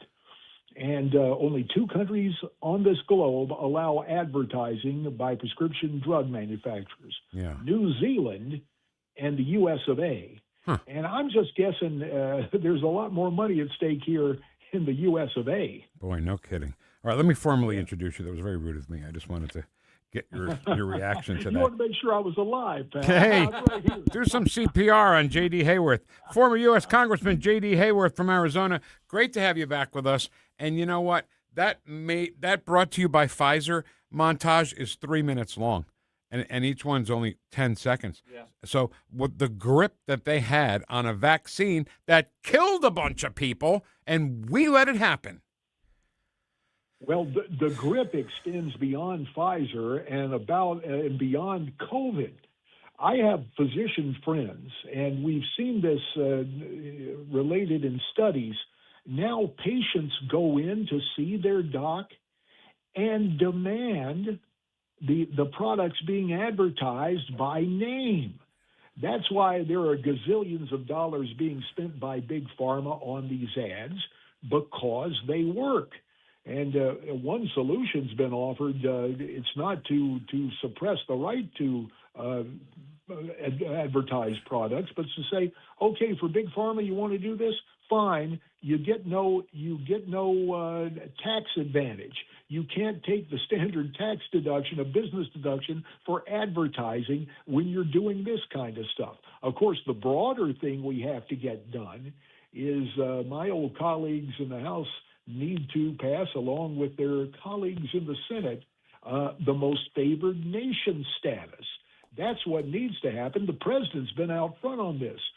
President Trump flipped the script on this. He said, in the old days, when the other J.D. Hayworth was on the Ways and Means Committee, they gave MFN status to other countries. That I can tell you. But what did Trump do? He flipped the script. He said, we're going to confer most favored nation status on the United States and work to ensure that Americans are not going to pay more in drugs than what we're seeing in the rest of the developed world. And man, there have been some big moments on this, but it needs to get done, because what's going on right now, Big Pharma, they go and they sign these agreements. They make a couple of well-publicized reductions. And then they're going, hey, just wait 3 years. When Trump's gone, we get this gone, and we continue to raise prices, which sadly guys are doing anyway. Through this calendar year, Big Pharma, is 2025 gave way to 2026. They raised prices on close to 1,000 prescription drugs. And some of these price differences are outlandish with the rest of the free world. It's nuts. But it's very profitable for Big Pharma. Just to give people an idea of how this happens in some cases, right? Let's take Eliquis, for example, a pretty important drug for somebody that's got AFib or heart problems. Very, very expensive. There has been generic companies lining up with new generic forms of Eliquis so people can pay less. And Eliquis changes one little tiny thing in the formula when the patent is going to expire, and then they got it for another 10 years. I mean, I'm not trying to be a whiny liberal here, and I get it. Capitalism's great. But when are we going to get to like a generic form of some of these drugs? I just use Eliquis as one example. Well, again, and the answer is found in conservative principles. You see, everybody who talks about the free market, and somehow thinks conservatives got to oppose this, they're dead wrong, because the traditional market, if we had standard intellectual property rules dealing with this, by some estimates, the cost of prescription drugs would come down 80%. But you mentioned Eliquis, and you mentioned the little change in formulary. Here's the other thing that goes on. Big Pharma likes to tell you, yes, we're involved in research and development, and they are, but they're also spending a lot of money in stock buybacks and in mergers and acquisitions, where they go to the guys who have the breakthrough drugs and buy them and then bottle them up by actually extending patents and playing games with these things, as you outlined. That's what's going on. So what we need, and the one thing is we can't, we have to play the hand we're dealt. In the system we're in today, the first step absolutely has to be for the House and Senate to pass most favored nation status. And with an election coming up, guys, I'll just take a look at our numbers on this. 91% of Republicans want this passed, over 70% of independents, and still a landslide margin on the Democrat side. 64% of Democrats want this done. So this is not some sort of controversial stand. This is what the American people want. Okay. But, of course, Big Pharma's been up here on Capitol Hill, and wait till you hear about the numbers there, what they did last year. So, JD, happy to give them to you. JD, it comes down to money, because we're going through the same thing right now with the Save America Act. Why can't they pass it? It's a 90-10 issue, and Vic's freaking out here. Go ahead, Vic. Go, Vic. Shut up. But the numbers, JD, yeah, same thing like Ken's saying, Save America Act. 90% issue. People are for it on both sides, and they can't get that passed. How are we going to fight Big Pharma and get this passed? Well, you were getting there, this has to be the Big Pharma thing is a lot like the welfare reform. Back, remember when I was new to Congress and Bill Clinton wouldn't sign that welfare reform that required work? But here was the problem. The American people wanted it, Republicans and Democrats, and so we sent it up for the third time. It was no different from the one we'd sent to him earlier. And he said, well, they had put in some important safeguards so I can sign this legislation now. And then he bragged about it at the Democrat convention while putting down those old Republicans with their contract on America. Well, that's politics. But the fact is, when the numbers are there and when the people want it, I'll just tell you what I learned, and I would tell my old colleagues, you need to listen to your constituents, not the guys on K Street. I believe that together we can make America great again. It's okay for him to say that. All right, so listen, JD, I think there's also something that I don't know if people know or don't know, but this is the way it is. I've spent 5 years here in conservative talk radio, 35 years or so in music radio. I was a program director for a while, a job I hated. And the record reps would come in, and they say, hey, can you play this record? No, you want to go to the ball game tonight? Can I take you out to dinner? How about a concert? So you play my record. I think the drug reps do the same thing. Hey, can you prescribe my medicine? You want to go to the Cardinal game tonight? Can I take you out to dinner? Yeah. Same thing, right? Well, there is an influence game at work to the extent that, and look, let's pause. Everybody has the right to petition the government, whether it's a business, whatever business, as long as it's a legal endeavor and whatever pursuit of happiness individual Americans have, they want to petition Congress. That's fine.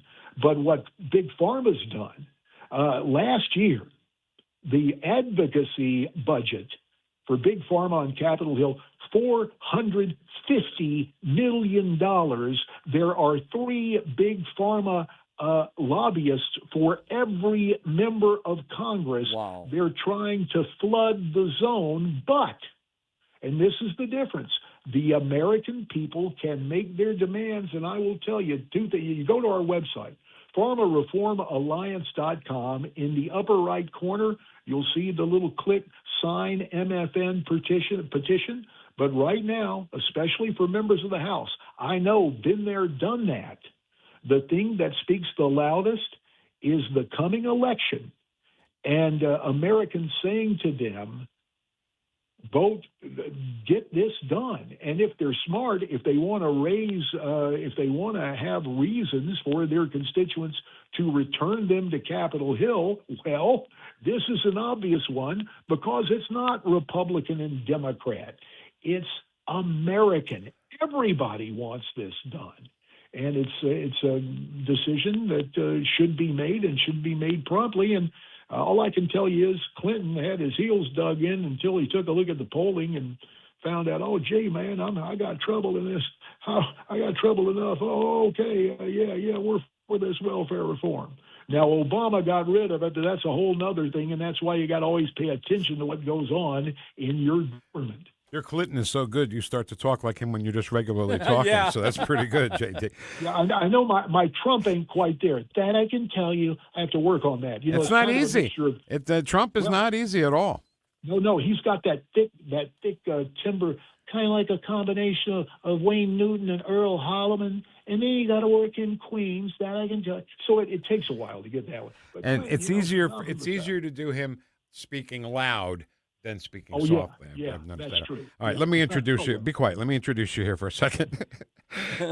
J.D. Hayworth, former 6-term U.S. Congressman from Arizona. And, you know, this whole thing, J.D., and I'm not trying to, trust me, I'm not trying to blow the bubble here on your most favored nation drug pricing, but the numbers don't even matter anymore. If we can't pass the Save the America Act, that's a 90-10 issue or more.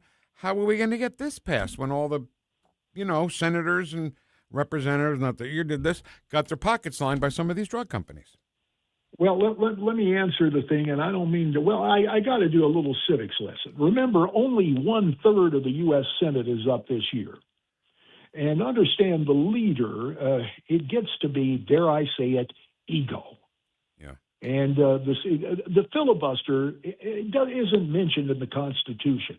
The Senate developed that as a rule, ideally to protect the ultimate minority, a minority of one. What the proponents of the Save America Act are saying is, let's go ahead and have the debate. And if you want to filibuster it, go ahead and filibuster it. But to get that done, to do the work for the people. Now, the House, all 435 seats are up. This is a very sensitive issue. I would hope the gentleman from Missouri, Chairman Jason Smith, would bring this up and get this done and bring it to the House floor, because I'll tell you, nothing can signal to Mr. and Mrs. America anything greater about Congress than delivering on an issue where the American people know the score and know what is right. The Senate, well, the Senate's a different animal, but even there, I think you're seeing efforts to get that other work you're talking about done. But this absolutely should be done before the midterms if people want to keep their jobs. I hate to be crass about it. No. But that's the truth. Yeah. Yeah. All right, J.D., listen, we're out of time. I'm so sorry. We're up against the hard break. We could talk to you all day. J.D. Hayworth, thanks for your hard work on this. Keep working on it. And if we call you, will you come on again with us? Always, PharmaReformAlliance.com. All right, got it. We will write that down. J.D. Hayworth. And you can join the email list on that. Oh, very nice. Yeah. All right. Yeah. Take care. You guys better. Bye, I'll JD. send Sally Bones to go kick your... All right, Vic for Vets is next. License number GL250000615. Hey, Dad, what causes drains to clog? Grease, hair, soap scum, and tree roots. Tree roots? This town has old pipes and big trees. They find each other. They grow inside pipes? They bust into pipes. Whoa. Once they're in, the water stops flowing. Can we fix it? The big green grasser machine can fix any clog. Green is always grasser at grasserhomeservices.com. Are you tired of hard chlorinated water drying your skin out, tasting bad, and ruining your fixtures? Jones Air and Water Treatment has a solution to this pollution. Our Hydratech H2O leaves you with great tasting soft water at all fixtures in your home with one unit. Call Jones Air and Water at 636-899-1040 or visit us on the web at joneswater.com. You can be a filter or buy a filter. Jones Air and Water, 636-899-1040. or joneswater.com on the web. Call us now. Travis Wilson here, State Representative of District 106 in St. Charles, Missouri's first state capital. As a 31-year resident of St. Charles County, I know the issues that are important to our residents, such as protecting women's sports, stopping harmful procedures on minors, and fighting the woke agenda. As your representative, I know what it takes to bring new opportunities to our community to ensure our children have a brighter future. It's been the honor of a lifetime for my family and me to represent you, and I humbly ask for your vote again on August 4th. Paid for by Wilson for St. Charles. Merle Schneider, Treasurer. News Talk STL is celebrating our 5th birthday. And we're giving away a limited edition News Talk STL America 250 t-shirts.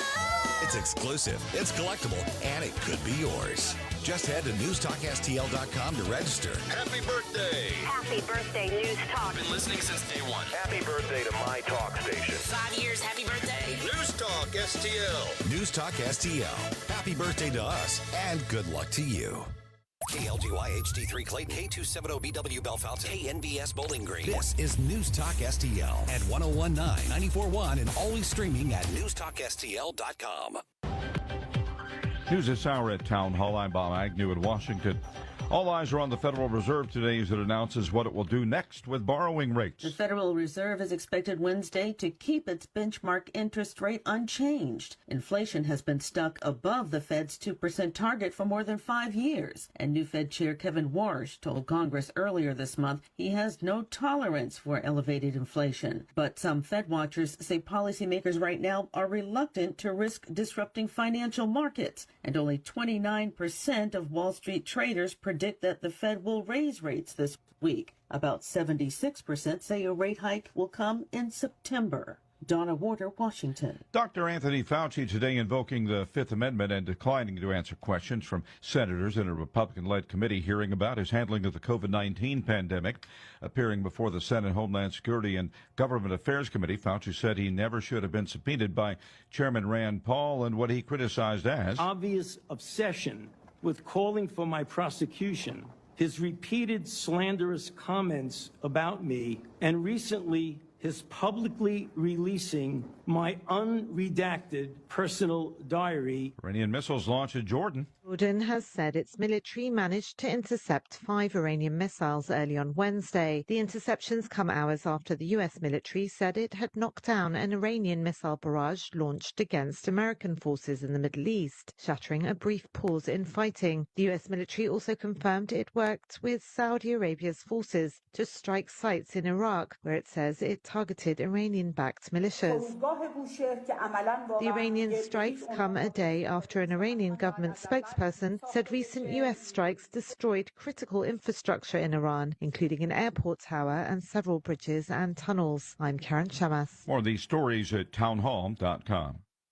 Hi, I'm Kirk Cameron. Christian Healthcare Ministries is not another health insurance policy. If you're tired of year-long contracts and pointless restrictions, CHM offers anytime enrollment on your schedule and at your convenience. With CHM, you're paying half the cost of a traditional health insurance plan. So that puts more money back into your budget for everyday needs. Plus, you'll have access to CHM's care solutions for virtual appointments, prescription savings, surgery support, and more. My family and I joined in 2018, and it's changed our lives for the better. We love paying way less while helping other believers afford their medical bills. Take the leap of faith and see why Christians across the nation are better with CHM.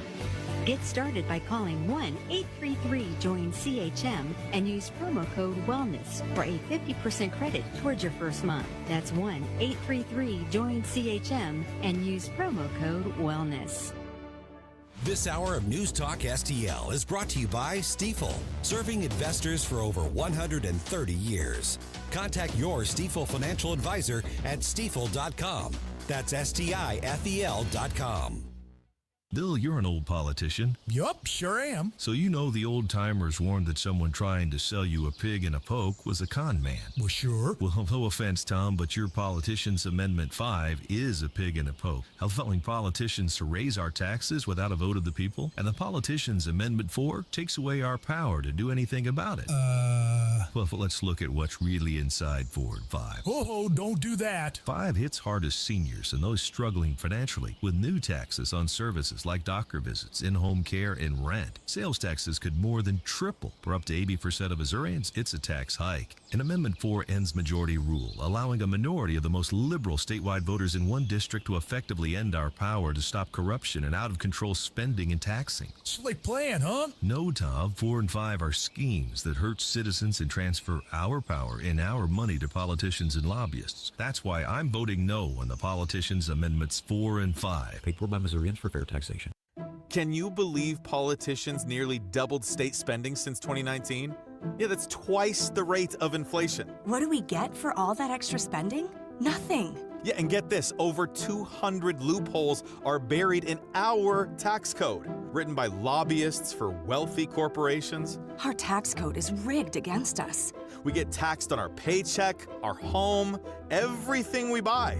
I guess somebody's got to pay for all that spending.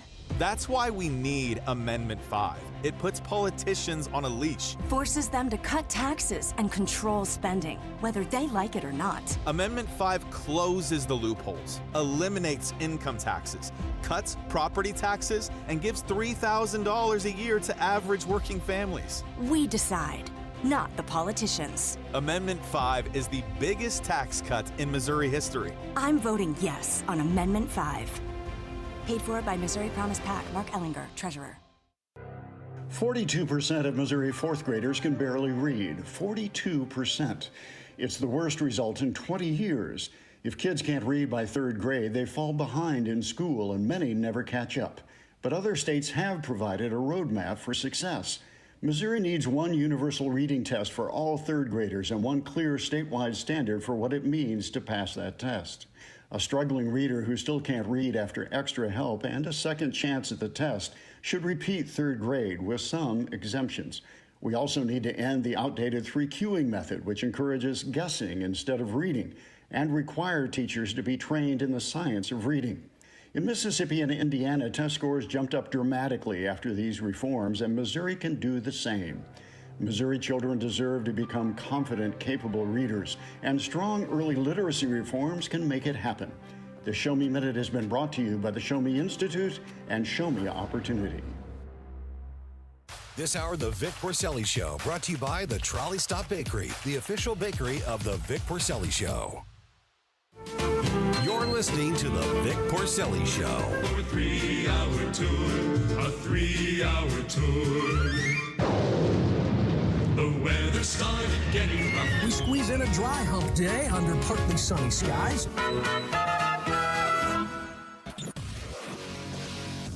From New Jersey to Baldwin, Missouri, to behind the microphone, taking the whoosh to the radical left and the putrid swamp.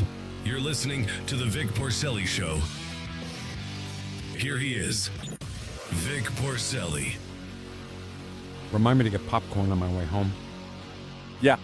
Jessica and I will be watching this hearing all night tonight. Oh, yeah. She can't wait.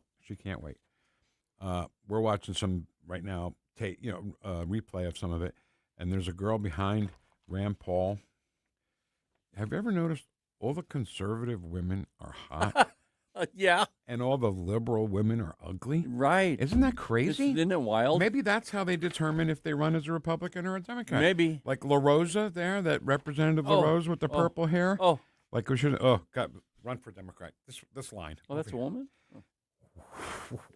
Well done, Ken Williams. But also, you'll see tonight, when you watch Fauci take the fifth 111 times, that right off his left shoulder and back a couple of rows is Laura Ingraham sitting there. That's fine. You know, she wants to report on it tonight, and she's a lawyer. She knows all that legal crap. I almost said it. Mm-hmm. But it was not a coincidence at all that she was sitting right where she was sitting. No, where her head was just above his shoulder. And constantly on screen. Yes. There are no coincidences in that stuff. So you'll have to watch her face the whole time while Fauci's saying, then he takes the Fifth Amendment. Okay, I think I'm ready, Ken. It's time for Vic for Vets. Today, our veteran submitted by Barbara Vincent, our honor roll highlighting our honored veterans. Robert Lee Vincent Sr., I would like to honor my father, Robert Lee Vincent Sr. He was born in Kirkwood in 1925, 1 year before my dad was born. Dad quit high school to join the Navy during World War II, as everyone did back then, all the guys. Seems like, yeah. He entered active service in December 1943 and became a pharmacist's mate 3rd class. Dad arrived in the Pacific Theater on the USS Saratoga. I say it that way because my father was in the European Theater, but my Uncle Jimmy was in the Pacific Theater. Destination, the island of Okinawa. He would be attached to a Marine unit field hospital on the island. The U.S. bombed and shelled the island 24 hours a day, alternating between battleships that would shell for 20 to 30 minutes and then planes who would bomb for 20 to 30 minutes. Back and forth it went. Sometime during this onslaught, the Marines were loaded onto landing crafts like those used on D-Day. Dad said you had better run or get run over and find a place to take cover from the enemy machine gun fire. The command soon realized that they had softened the machine gun nests enough. Hold on, I just want to highlight one thing here to go back and talk about it again. The command soon realized that they had softened the machine gun nests enough, so they stopped the landings. However, Dad was already on the island. He took cover in an overturned car and was on the beach. He was in that car for about a week, listening to the bombardment and feeling the earth shake during the nonstop shelling and bombing. At one time, during the war, while moving on foot toward a destination, a shot rang out. Dad was hit by a Japanese sniper. He was shot just above the knee and recovered. His buddy found that sniper, killed him, and gave the Japanese rifle to Dad. The rifle is a family heirloom to this day. Wow. The island experienced at least 2 typhoons while Dad was there. He had to pull guard duty during one. He was also told to wrap his arms and legs around a small palm tree and ride it out. A small palm tree was better as the larger ones could blow over in a storm. In September 1945, another typhoon hit the island. Dad participated in the transport of 250 patients to a safe location without any casualties. During his time in Okinawa, he also served as a driver for the commander in charge. Dad was responsible for the safety of that commander. When transporting the commander, he had to have a pistol with extra clips and carry a Thompson machine gun. Tommy gun. Mm-hmm. One time, Dad had to drive the commander to and from a drinking party. When returning to the base, the inebriated commander refused entry, and the commander told Robert just to shoot him. Just shoot him. Dad had to step in and defuse the situation, who knew he was such a diplomat. The following day, the commander apologized to Dad and thanked him for peacefully resolving the situation. So the commanding officer got drunk and told Robert Lee Vincent, just shoot him. Shoot him. Dad was honorably discharged from the Navy in May of 1946. He received the Victory Medal and the Purple Heart for his wound. After the war, Robert returned home to Missouri in 1951. He married Eleanor Winkler, moved to Ellisville, where they raised 8 children. He became a small business owner. Robert died in 1984, leaving a legacy as part of the greatest generation, as well as a large family that will not forget the sacrifices he made for our nation and our freedom. We all miss you. Rest in peace, Dad. So a couple of things about this. Yeah. First of all, there was some line in the beginning here. I tried to find it while I was talking, and I can't chew gum and walk at the same time. But there was something in this that gave me the indication that he came home alive. Yeah. You know? Yeah. I don't know what it was. I can't find it now. But, because that's always a fear of mine, Ken, when we do these. Oh, he was killed in battle. Or you know what I mean? Yeah. Those are hard to say sometimes. Yeah. Right? And this commanding officer came home drunk. You want what I said? Well, shoot him! Shoot the guy at the gate. We'll go in there. And Robert Get in there. Robert diffused the situation. Yeah. Today's Vic for Vets Honor Roll inductee, honored veteran on Newstalk STL, supported by our friends at Alamo Military Collectibles, Gemini Wealth Group, Heroes Care Incorporated, Michael's Funeral Home, and Freddie's Market. And if you have an honored veteran that you want to highlight, please send your information to me, Ken at NewstalkSTL.com, so we can highlight your honored veteran. And if you're ever with your commander and he's drunk and the guy won't let him in and your commander says to shoot him, just shoot him. You're following order. Oh, no? No, okay. I think it's probably a better idea Robert not did it to do that, diffuse the situation. And if you have a name, it's name, rank, branch of service. And if you have a story, obviously we love that because then we can talk about it. So. But it doesn't have to be a war story or a military story. No. It could be that he pitched both games of a doubleheader in a Little League game. Right. At Miney Field. Baseball field. In Afton. Is it in Afton? No. Where is it? It's in Limay. Oh, Limay. That's pretty close to him. It's close, yeah. So, I Vic for Vets, I just love it. And send us your favorite vet story. Or if you're a vet and Yeah, send your. We've had veterans send their own information. That's totally fine. We love it. Ken, there was another veteran who died. No family, no friends. And guess who came out to represent for that guy? I'll give you one guess. The bikers? The bikers. Yeah. You guys, I don't even know what to say about you anymore because AMVETS. they always, right, like the AMVETS, they always come out. They always support veterans. I saw a story yesterday where a woman was getting married. Her father was a biker. And some people, they look down on bikers, Yeah.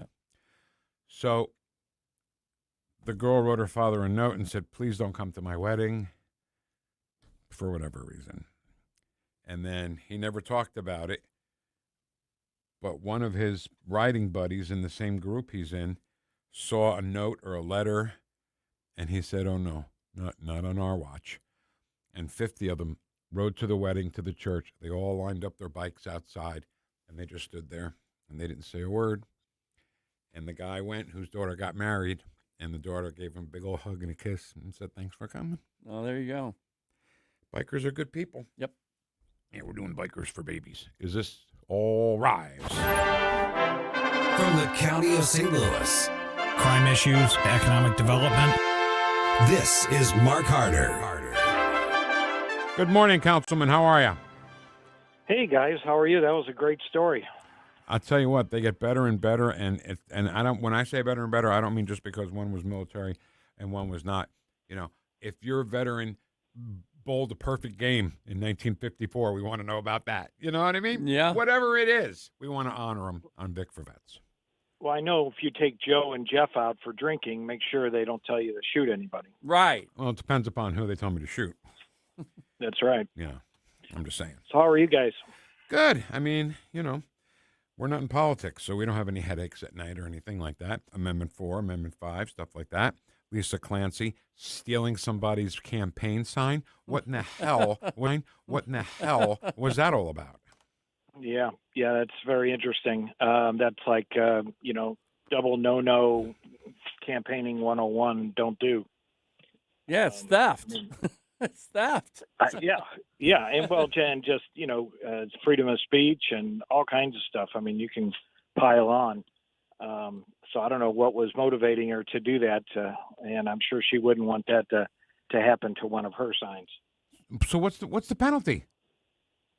Well, it's a misdemeanor at best, and somebody's got to bring charges. So the Williams campaign would probably have to bring charges. I doubt if that will happen. They'll say give the sign back, and maybe she's done that already. I don't know, but she's out of town conveniently this week. So how many people come and speak from the public a week, average? Well, since COVID, probably average of 5, maybe. So we got to get a little grassroots thing going here, where we get as many people as we can to go to the county meetings, get behind the podium, and then just say, thank you, Madam Chair. I just want to say Lisa Clancy stole a campaign sign. Thank you. And leave. Right. That's all. Can we get that done? Yeah. Just, never, it's whack-a-mole every day at the county, Yep. All right. So yeah. Go ahead, your question. No, you're my guest. No, you're the interviewee. No, you're the interviewee. I'm the interviewer. That's right. Let's talk about meeting the executive candidates, candidates for St. County Executive. Dennis Hancock will show, right? He's going? Oh, yeah, that's tonight. That's at the Trump office down at the Gravois Bluffs shopping center back by J.C. Penney's, and there'll be the Democrat and Republican candidates there for a candidate forum.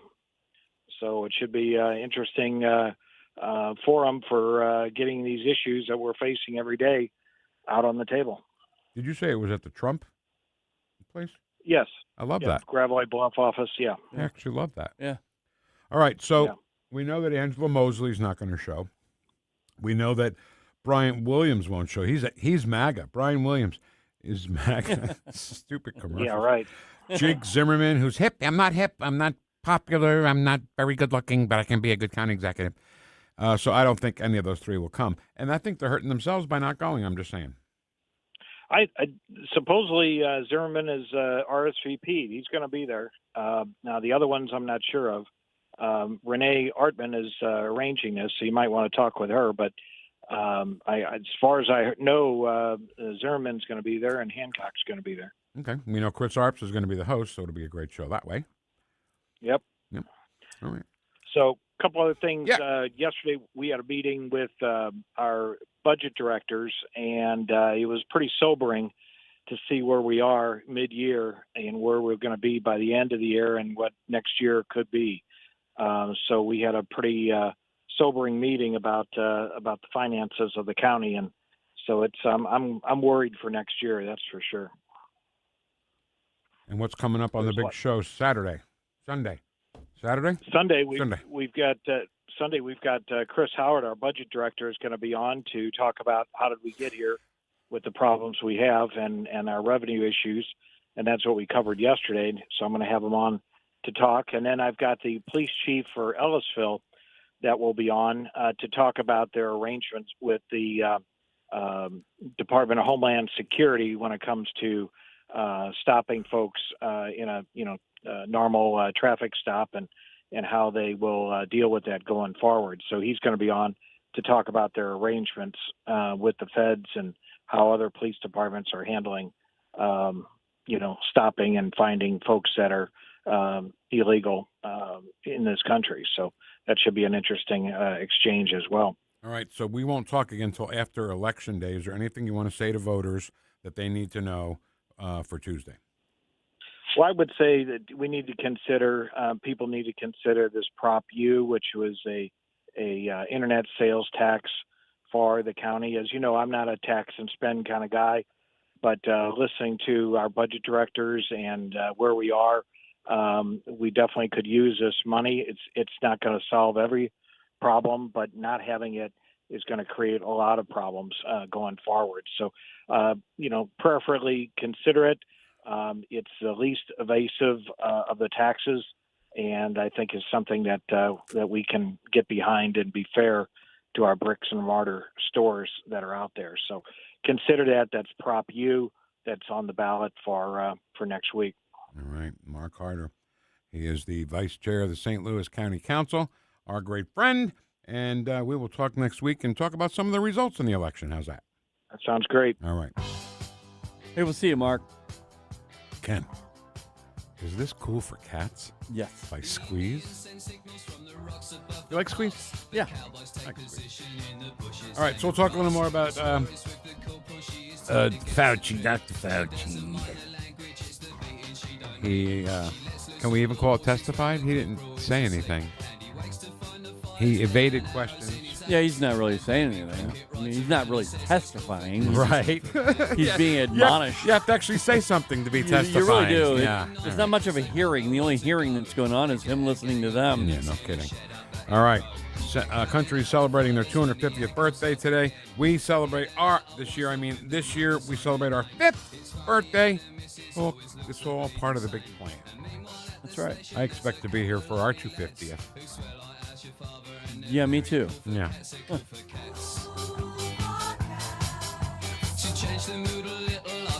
Like and subscribe to us on Rumble. News Talk STL. The Vic Porcelli Show. Biden's being Biden's being an extremist. Oh, son of a gun.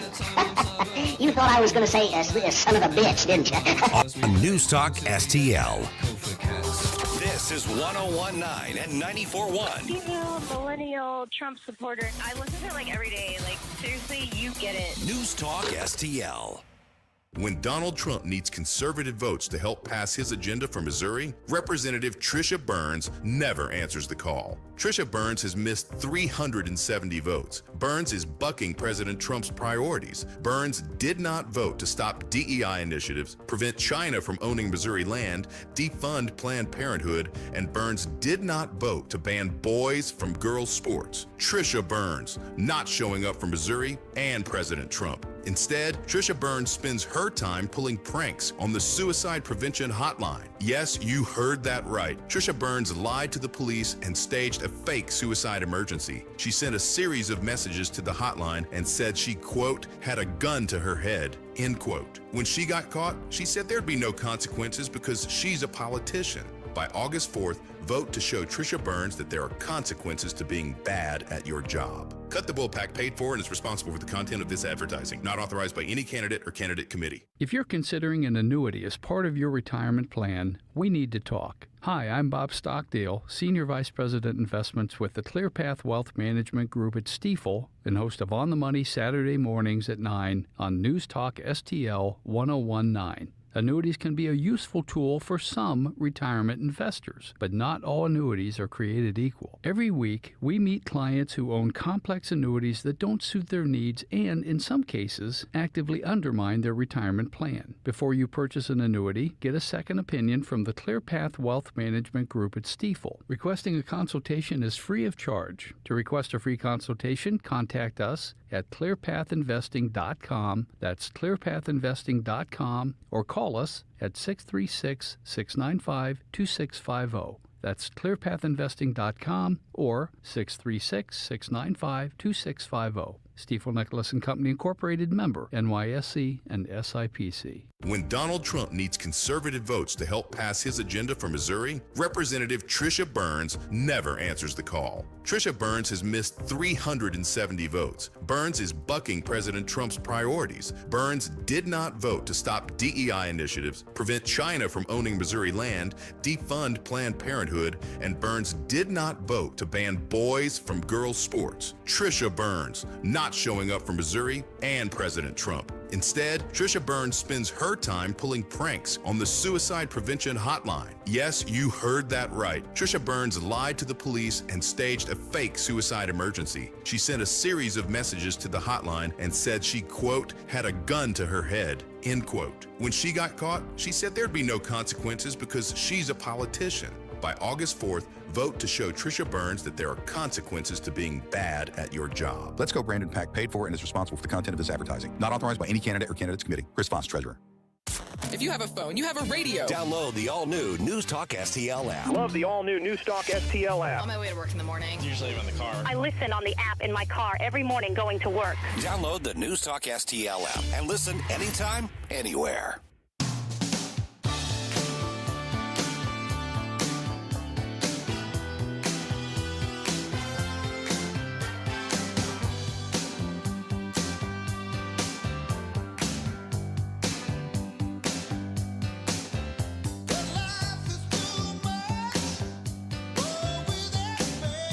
Talk lines are open now at 314-912-1019. You're listening to The Vic Porcelli Show. How dare you! Made in St. Louis for St. Louis. It's News Talk STL. All right. Welcome to. We have not celebrated Happy Hump Day hardly at all today, Ken. What's your problem over there? We really haven't. Let's go. What, you want to celebrate a little hump day? Just for a second. Oh, does that make you go somewhere and then have to come back? We squeeze in a dry hump day under partly sunny skies. No? Whoosh, whoosh. Whoosh, whoosh. Okay, I'm fine. Now, What's you the guy feel got to better? do? I don't. What's to get the a guy- double whoosh, I have no idea. God. Especially All on Double Whoosh Wednesday. That's what I'm it would saying. fit, right? I'm asking you who's on first.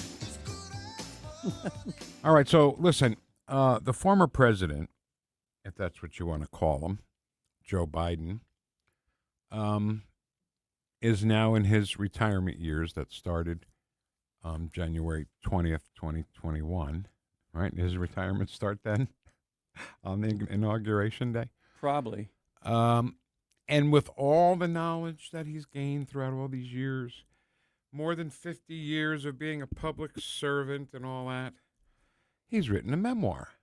Congratulations to him, too, man. And you can either buy the book or you can get the audio book. And the book will be more than likely narrated by Joe himself. Right. So we wanted to give you a little preview of Joe Biden's memoir, Remember Me, America. And now an excerpt from Promise Me, America by Joe Biden. We can provide paid sick leave for all workers, so workers don't have to leave work to be fired in order when they get sick to be able to continue to live. The Green New Deal will pay for itself as we move forward. We're not going to build plants that, in fact, are great polluting plants. So do you We're going to support build the Green New Deal? Pardon me? You support? No, I don't support the Green New Deal. So there you go. Be sure And for you go folks ahead. in the working class that are below 400, they will, in fact, increase their premiums. Will increase the generosity of the premium tax credit they now get. Yeah. Enjoy that. Enjoy. Promise Me. Is it Promise Me, America? It's Promise Me, America, not Remember Me. And that's how we believe that the memoir of the audiobook will go, something like that. And we'll do this from time to time just to give you, previews before you go buy it. We don't want you to waste your money. No. We want you to be able to get a little preview of it, and we can do that right here. I don't know about every day, but we'll try it. All right. He knows so long as he died, our freedom can never be secured. Asia. Asia. A cyber bastion. Did we ever figure out what a cyber bastion was? No, actually, we didn't. I'd like to. If we could interview him, I have a few questions, like Fishtulitz, Cyber Bastion. Fishtulitz. Dog-faced pony soldier. I think that's a really old term. I think when he was like born in the early 1800s, they used to use that as like a derogatory thing. Yeah. Have you ever tried to envision a dog-faced pony soldier? I did. What did it look like? Describe what you think you saw. Well, a soldier, but he was a dog-faced, kind of a combination of dog-faced pony. So the soldier was a pony. Yeah. But it was a pony with a dog face. Dog-faced pony soldier. Yeah, he got 81. Yes, 81 he did. votes. That's what they say anyway. All right, Ken, let's play a little bit. Let's play some audio here. Okay. I love number one because they hate Harry Enton over there at CNN, I'm sure. They do, yeah. All right, so let's hear Harry Enton on CNN. Looking at all the news coverage, you'd be looking at all the polling on President Trump, and you would think that Democrats would be able to take advantage and be dominating Republicans when it comes to who is trusted to handle the Iran war. That, simply put, is not the case at all. I mean, these numbers are quite surprising. Trust Dems or Republicans on Iran. According to CNBC earlier this month, you'd think, okay, that's one poll. The Republicans trusted by 2 points. But then CBS News comes out yesterday, and what do you see? You see the exact same thing. Trump and the Republicans take the cake. They are trusted by 2 points on Iran. Now, one poll is one thing, but you put the two of them together, and you can see that the American people, simply put, are not buying what Democrats are selling on Iran. They still trust Republicans more. So, is it me, or does anybody wonder how Harry Enton still has a job at CNN? I'm glad he does. I think the only reason why he has a job there still, because every time he opens his mouth, their ratings probably go through the roof. Because a conservative might have tuned in? Yeah.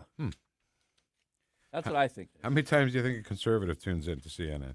Not to mock them, because mocking them I get.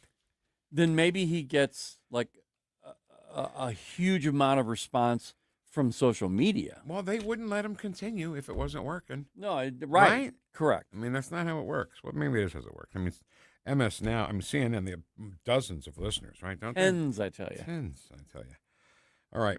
So the New Jersey governor, I got to think what her name is again. He likes it. Hey, Mikey. Right, Mikey. Cheryl announced she will block the release of the 6,000 plus non-citizens to the Trump administration. Why can't you just play by the rules? Right. The Trump administration is seeking, I believe by today, the list of non-citizens who are registered to vote and the approximately 400 that did vote. To what extent will your administration comply with the Trump administration's request in that regard? We won't. As I have said, I am not in the habit of turning over private identifying information Oh, go, Mikey. There you go, of Mikey. the citizens of New Jersey. This federal government is weaponizing the government against individuals that disagree with them. They weaponized my private data against me in my election, and so I am working to protect people and their private data here in New Jersey. Nobody there to tell her they're not citizens. That's why they can't vote. No. I'm going to protect the identity of the citizens of New Jersey. No.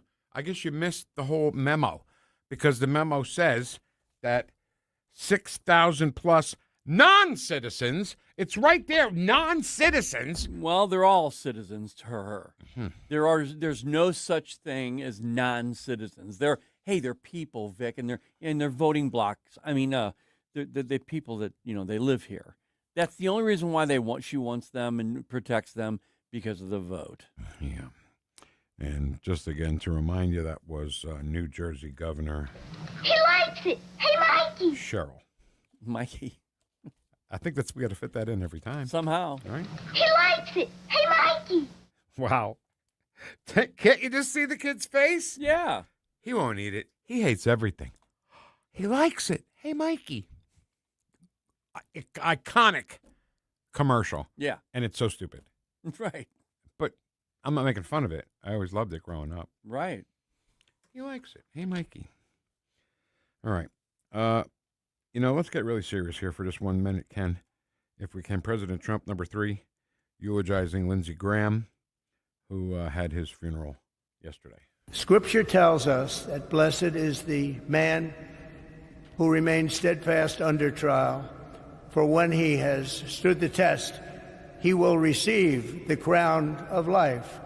For 71 years, Lindsey Graham was strong and steadfast. As a brother, a senator, a warrior, and a patriot, he withstood every last test, every single test that you can go through and every trial. And now he wears the crown of life in heaven, reunited with his parents and reunited with his Lord. I end by saying something very, very special. Lindsey, we love you. God bless you. We will always be with you, and you were very, very special.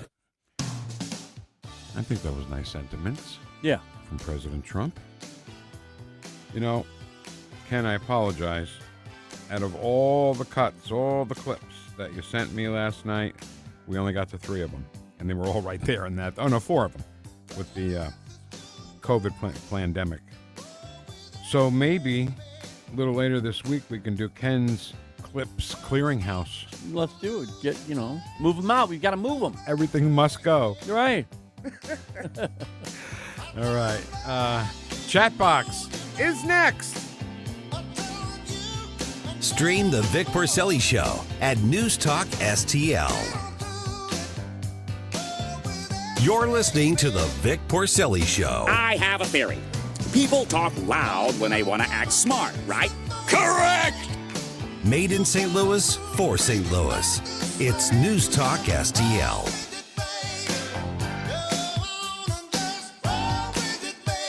Woosh, woosh. Ramo and Company. We are less than a week away from the Missouri primaries. Voters will make decisions that will shape the future of the state, and we'll discuss what's at stake Wednesday with our Missouri political insider, Rodney Boyd. Live and local, weekdays at 2 on NewstalkSTL. Have you heard those ads claiming Amendment 4 stops conservative amendments? That's not true. It actually stops a couple big cities from pushing radical ideas into our Constitution. Remember 2024? Only 8 out of 114 counties voted to allow transgender surgeries on children. That's terrifying. We can't let just a handful of counties rule the whole state. Exactly. Amendment 4 requires broad statewide support and keeps foreign money out of our elections. Vote yes on 4 this August 4th. Paid for by Freedom Principal MO, Missouri First PAC. Kate Sickles, Treasurer. NewstalkSTL is proud to have Doug Voss of Safe Bunny Radio as part of our lineup each week. Doug has been a staple on the St. Louis radio airways for many years as one of the leading financial experts in the area. You can now hear Doug and Safe Bunny Radio every weekend on NewstalkSTL. But in case you miss anything, you can check it all out at DougVossSafeBunnyRadio.com. What else do our listeners need to know, Doug? Simply put, I focus on helping pre-retirees and retirees build, preserve, and protect retirement assets, and I've been helping my clients solve their insurance and financial needs for the past 33 years. I also strive to educate my clients on how to prepare for retirement, minimize the impact of market volatility on their assets, and deal with the challenges of increased longevity. Call me today at 844-676-SAFE. That's 844-676-7233. Doug Voss is a registered representative. Securities offered through DHL Securities, LLLP. Member FINRA and SIPC. Hey, it's Susie Moore for Window World. Did you know that in just over the last 20 years, Window World of St. Louis has improved the look and thermal efficiency for over 80,000 customers in St. Louis? Plus, Window World windows come with a lifetime warranty that covers all parts, glass breakage, and labor. And now, Window World is offering 36 months, same as cash financing with approved credit. Call them today at 800-GET-WINDOWS for a free in-home, no-pressure estimate. That's Window World at 800-GET-WINDOWS. They're the preferred window of the St. Louis Blues. Bill, you're an old politician. Yup, sure am. So you know the old-timers warned that someone trying to sell you a pig in a poke was a con man. Well, sure. Well, no offense, Tom, but your politician's Amendment 5 is a pig in a poke, allowing politicians to raise our taxes without a vote of the people, and the politician's Amendment 4 takes away our power to do anything about it. Well, let's look at what's really inside Forward 5. Oh, don't do that. 5 hits hardest seniors and those struggling financially with new taxes on services like doctor visits, in-home care, and rent. Sales taxes could more than triple. For up to 80% of Missourians, it's a tax hike. And Amendment 4 ends majority rule, allowing a minority of the most liberal statewide voters in one district to effectively end our power to stop corruption and out-of-control spending and taxing. Slick plan, huh? No, Tom. 4 and 5 are schemes that hurt citizens and transfer our power and our money to politicians and lobbyists. That's why I'm voting no on the politicians' Amendments 4 and 5, paid for by Missourians for Fair Governance.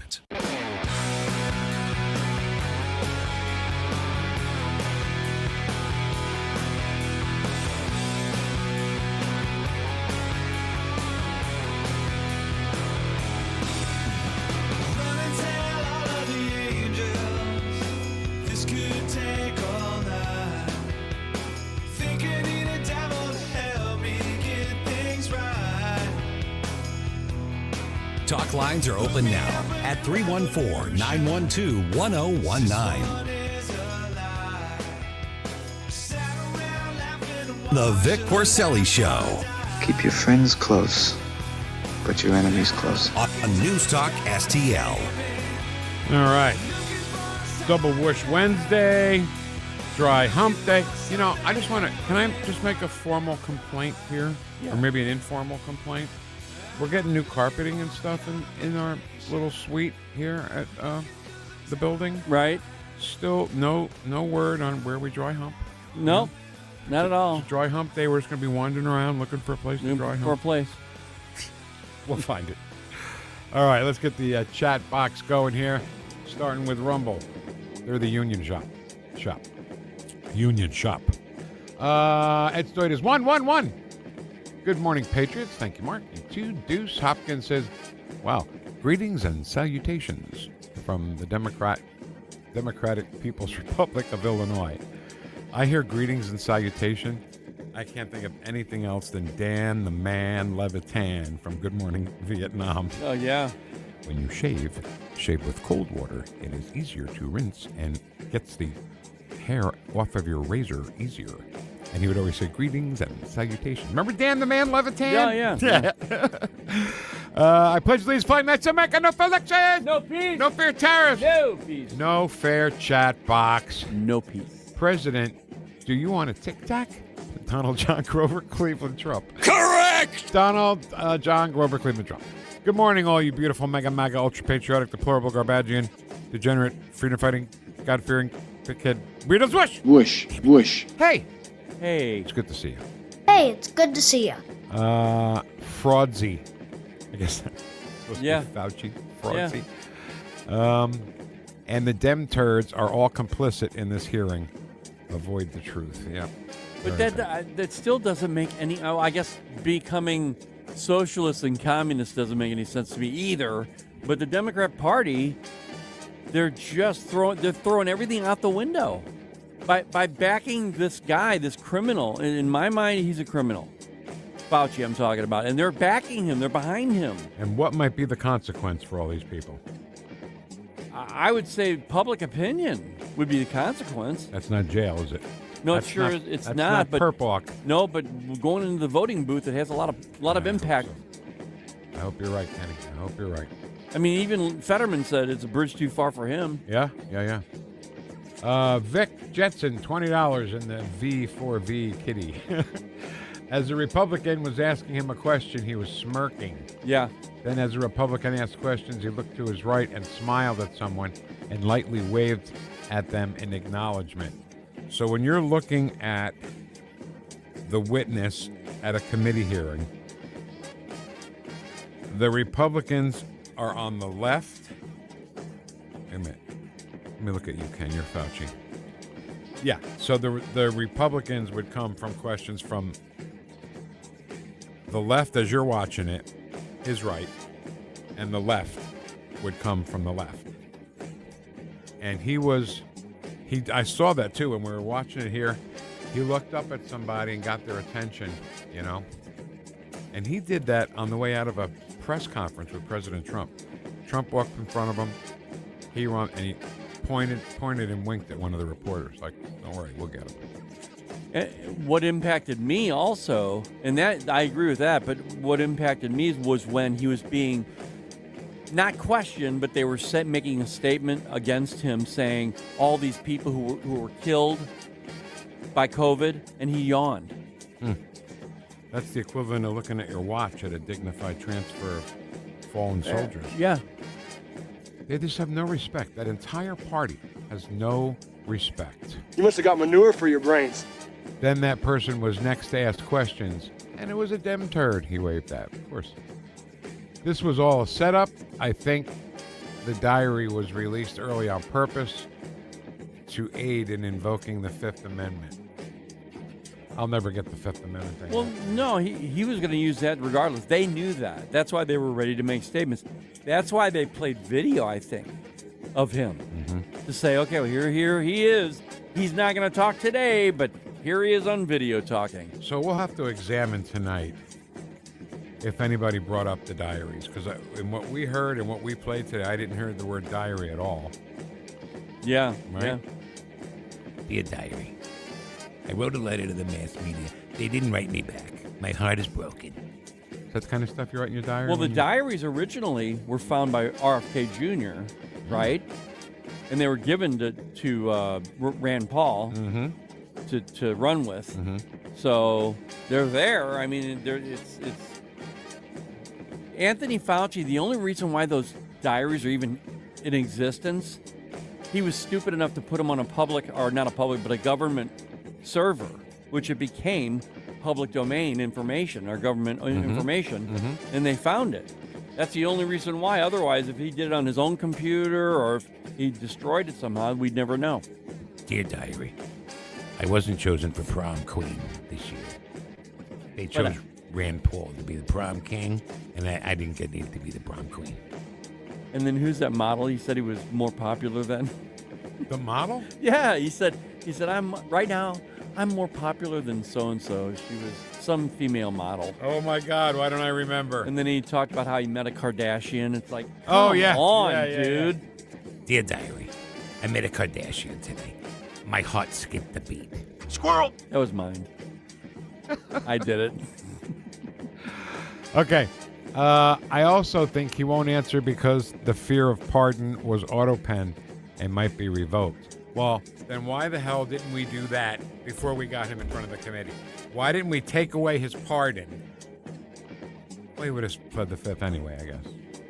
Yeah, that's all he would have done. It's all a fix. I swear to God, it's all a fix. It's like a dirty boxing match back in the 50s when somebody put money on the champ and told the challenger to take a dive, and the challenger takes a dive.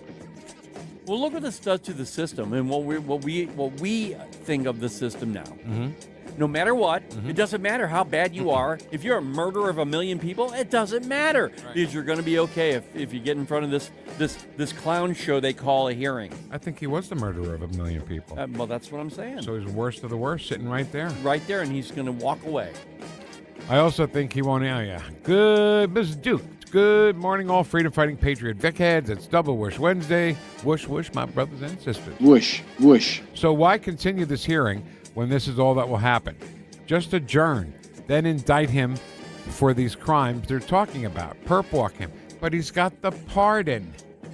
I wonder if our Republicans can say every time you don't answer and say you're fifth, that would be a yes. That, you know what? If you're saying I invoke my Fifth Amendment right because it may incriminate me, then I think you're saying that you're guilty. That's what I think. I don't know. Why doesn't every criminal just plead the fifth? Yeah. Well, every trial. I'm sorry, plead the fifth. I can't answer. I plead the fifth. I gotta look into that too. Do we know any lawyers? So why continue? I wonder if our Republicans can say every time you don't answer and say you're fifth, that would be a yes, of course. Duke, Hawley did say silence is admission, and that's a good I like one. that, yeah. It's probably worse than Mengele. Fauci's worse than Mengele. He's a closet wicked man. Okay, the thing is, his responses to everything, he doesn't care. I mean, they're literally telling him, sitting there, you've been responsible for the murders of people, for the killing of people, many, many people. You've changed lives forever around the world. Yeah. Okay. Yep, I did that. Yeah. Aren't all dem turds wanting to be famous? That's another problem here, is he just wanted to be famous. Yeah. Regardless of how many Janice Deans there were out there who lost both of her in-laws. It's crazy. Don't you cuss on this here radio. Did I cuss on this here radio? No, Moreno? Oh, yeah, he did. It's against the law to plead the fifth when you are pardoned. See, that's what I thought. You think the pardon is, unless you think the pardon is fake. I said that from the beginning. Now, not because I'm smart or I thought of it, because somebody said it, and then I read it. Gabish? Yeah. So why? Because it makes me feel stupid, Ken. Like I made something up. You know, there was something else that happened. And then, nope, that didn't happen. I said, well, I read that it did happen, you know? Yeah. In your paper, by the way. He should be held in contempt immediately. What? Tyra Banks. That's the model I was thinking of. Tyra, a listener just told me. Tyra Banks he had something in his diary. It said, I am actually more popular than Tyra Banks right now. I mean, he is so drunk on popularity and exposure. It was just crazy at that time. We didn't know any of this stuff. Dear Diary, I'm more popular than who? Tyra Banks. I'm more popular than Tyra Banks and Kim Kardashian. I'm very, very popular. I'm very handsome. And doggone it, people like me. They need to play his lying the last time he was in front of them, and then say you just committed a crime. You'll be arrested after this hearing. Good. Well, I gotta get back to that because Ken's writing out some. I need him over here. Mr. Speaker, where is the disconnect then? Because I know a lot of conservatives that are solid no on Amendment 4 and 5. Gene, the dance machine. I keep telling them that if the left is throwing a ton of money opposing Amendment 4 and 5, I'm voting the opposite, and they should too. Hey, look who's in the chat box. It's Gene.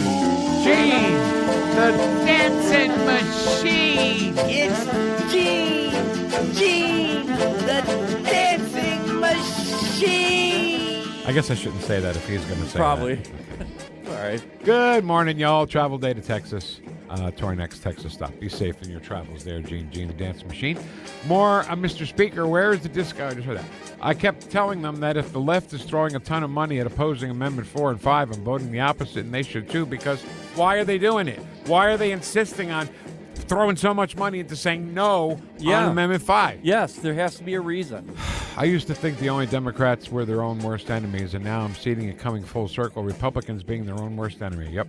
Are you stupid? Yes. You're a stupid person. I get it, Mr. President. Thank you. No, Dad, I did not commit on the chicken as feathers fly out his lying lips. I don't know how to word this with the chicken. Uh-huh. You should not word it. Okay. Bad llama. Why I don't call myself a Republican. I'm a conservative. The Republican Party is only a wet fart better than the Democrat Party. You know, you guys are getting a little bit... Over here, dear. And then 101 straight up says... Flockery. Right. There, I said it for you, Vic. Thanks.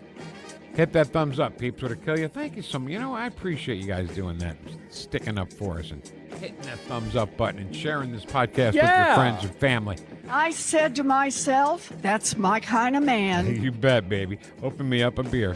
I'm sadly beginning to believe that a majority of conservative Republicans are confirming that they are lazy, spineless, and ill-informed.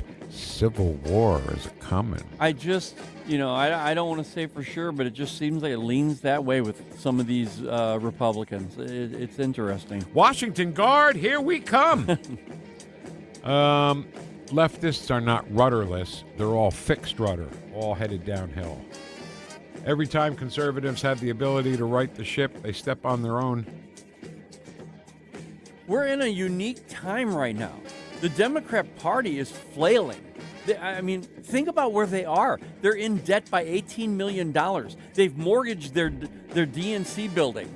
They're in trouble because you know why, Vic? Nobody's talking about this. When USAID went away and the NGOs went away, they lost all their money. How about that? Now, because remember they had over $1 billion at one point. Where'd they get all that money? Because of all this other stuff. Now they can't. And the Republicans are sitting on their hands going, well, I guess we'll just wait until the next election. We'll just wait until whatever. Until the next election. Whatever see happens. What happens. Fishtolets. Don't you cuss on this here radio. Rat. Oh, my God. Rat put in the chat box 14 to 86 TD. That was 14, Chris Gimnani. I wore number 86. And when he threw it to me for a touchdown, it was 14 to 86. Oh, that's cool. Yeah. Woosh, whoosh. And he still remembers it. That's what's crazy That's about awesome. it. So Jason Headley has about 500 things in here. I can't get to all of them. Sorry. Good morning, Big Head Patriots. Happy Hump Day, Patriots. Good morning, Vic and Ken. Fauci is a lying... What is with the potty mouth? Man, I like it. In the chat box. You just have to be careful, that's all. Fauci is a lying SOB. Wow, I wonder what that means. Should be in prison. No, look. And may he burn in hell. All right, so I guess that's it. That's all we have time for. Sorry if we missed you. Yell at Ken. Don't yell at me. Okay? Just don't yell at me. Don't yell at me. Thank you so much, though, for having the record player on at night. Listen to us this morning. Make sure you have the record player on at night. And Jamie Allman, the award-winning show. That guy. He's next. 3 martinis. Get him going. Shaken, not stirred, right? Yep. Yeah. See you, everybody. News Talk STL is celebrating our 5th birthday. And we're giving away a limited edition News Talk STL America 250 t-shirts. It's exclusive, it's collectible, and it could be yours. Just head to newstalkstl.com to register. Happy birthday! Happy birthday, News Talk. Been listening since day one. Happy birthday to my talk station. 5 years, happy birthday. News Talk STL. News Talk STL. Happy birthday to us, and good luck to you.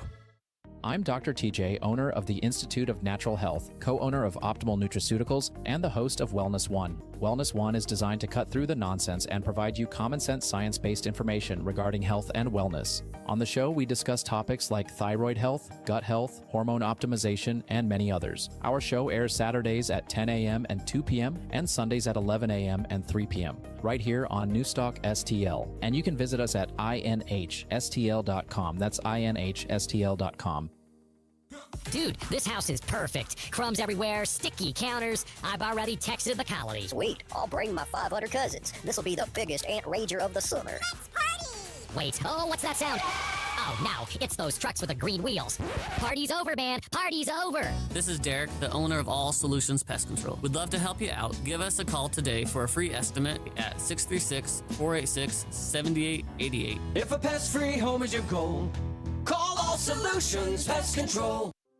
Travis Wilson here, State Representative of District 106 in St. Charles, Missouri's first state capital. As a 31-year resident of St. Charles County, I know the issues that are important to our residents, such as protecting women's sports, stopping harmful procedures on minors, and fighting the woke agenda. As your representative, I know what it takes to bring new opportunities to our community to ensure our children have a brighter future. It's been the honor of a lifetime for my family and me to represent you, and I humbly ask for your vote again on August 4th. Paid for by Wilson for St. Charles. Merle Schneider, Treasurer. KLGY HD3 Clayton, K270BW Bellefonte, KNVS Bowling Green. This is News Talk STL at 1019, 94.1, and always streaming at NewstalkSTL.com. News this hour at Town Hall. I'm Bob Agnew in Washington. Dr. Anthony Fauci today invoking the Fifth Amendment and declining to answer questions from senators on the Senate Homeland Security and Governmental Affairs Committee. They're looking into his handling of the COVID-19 pandemic.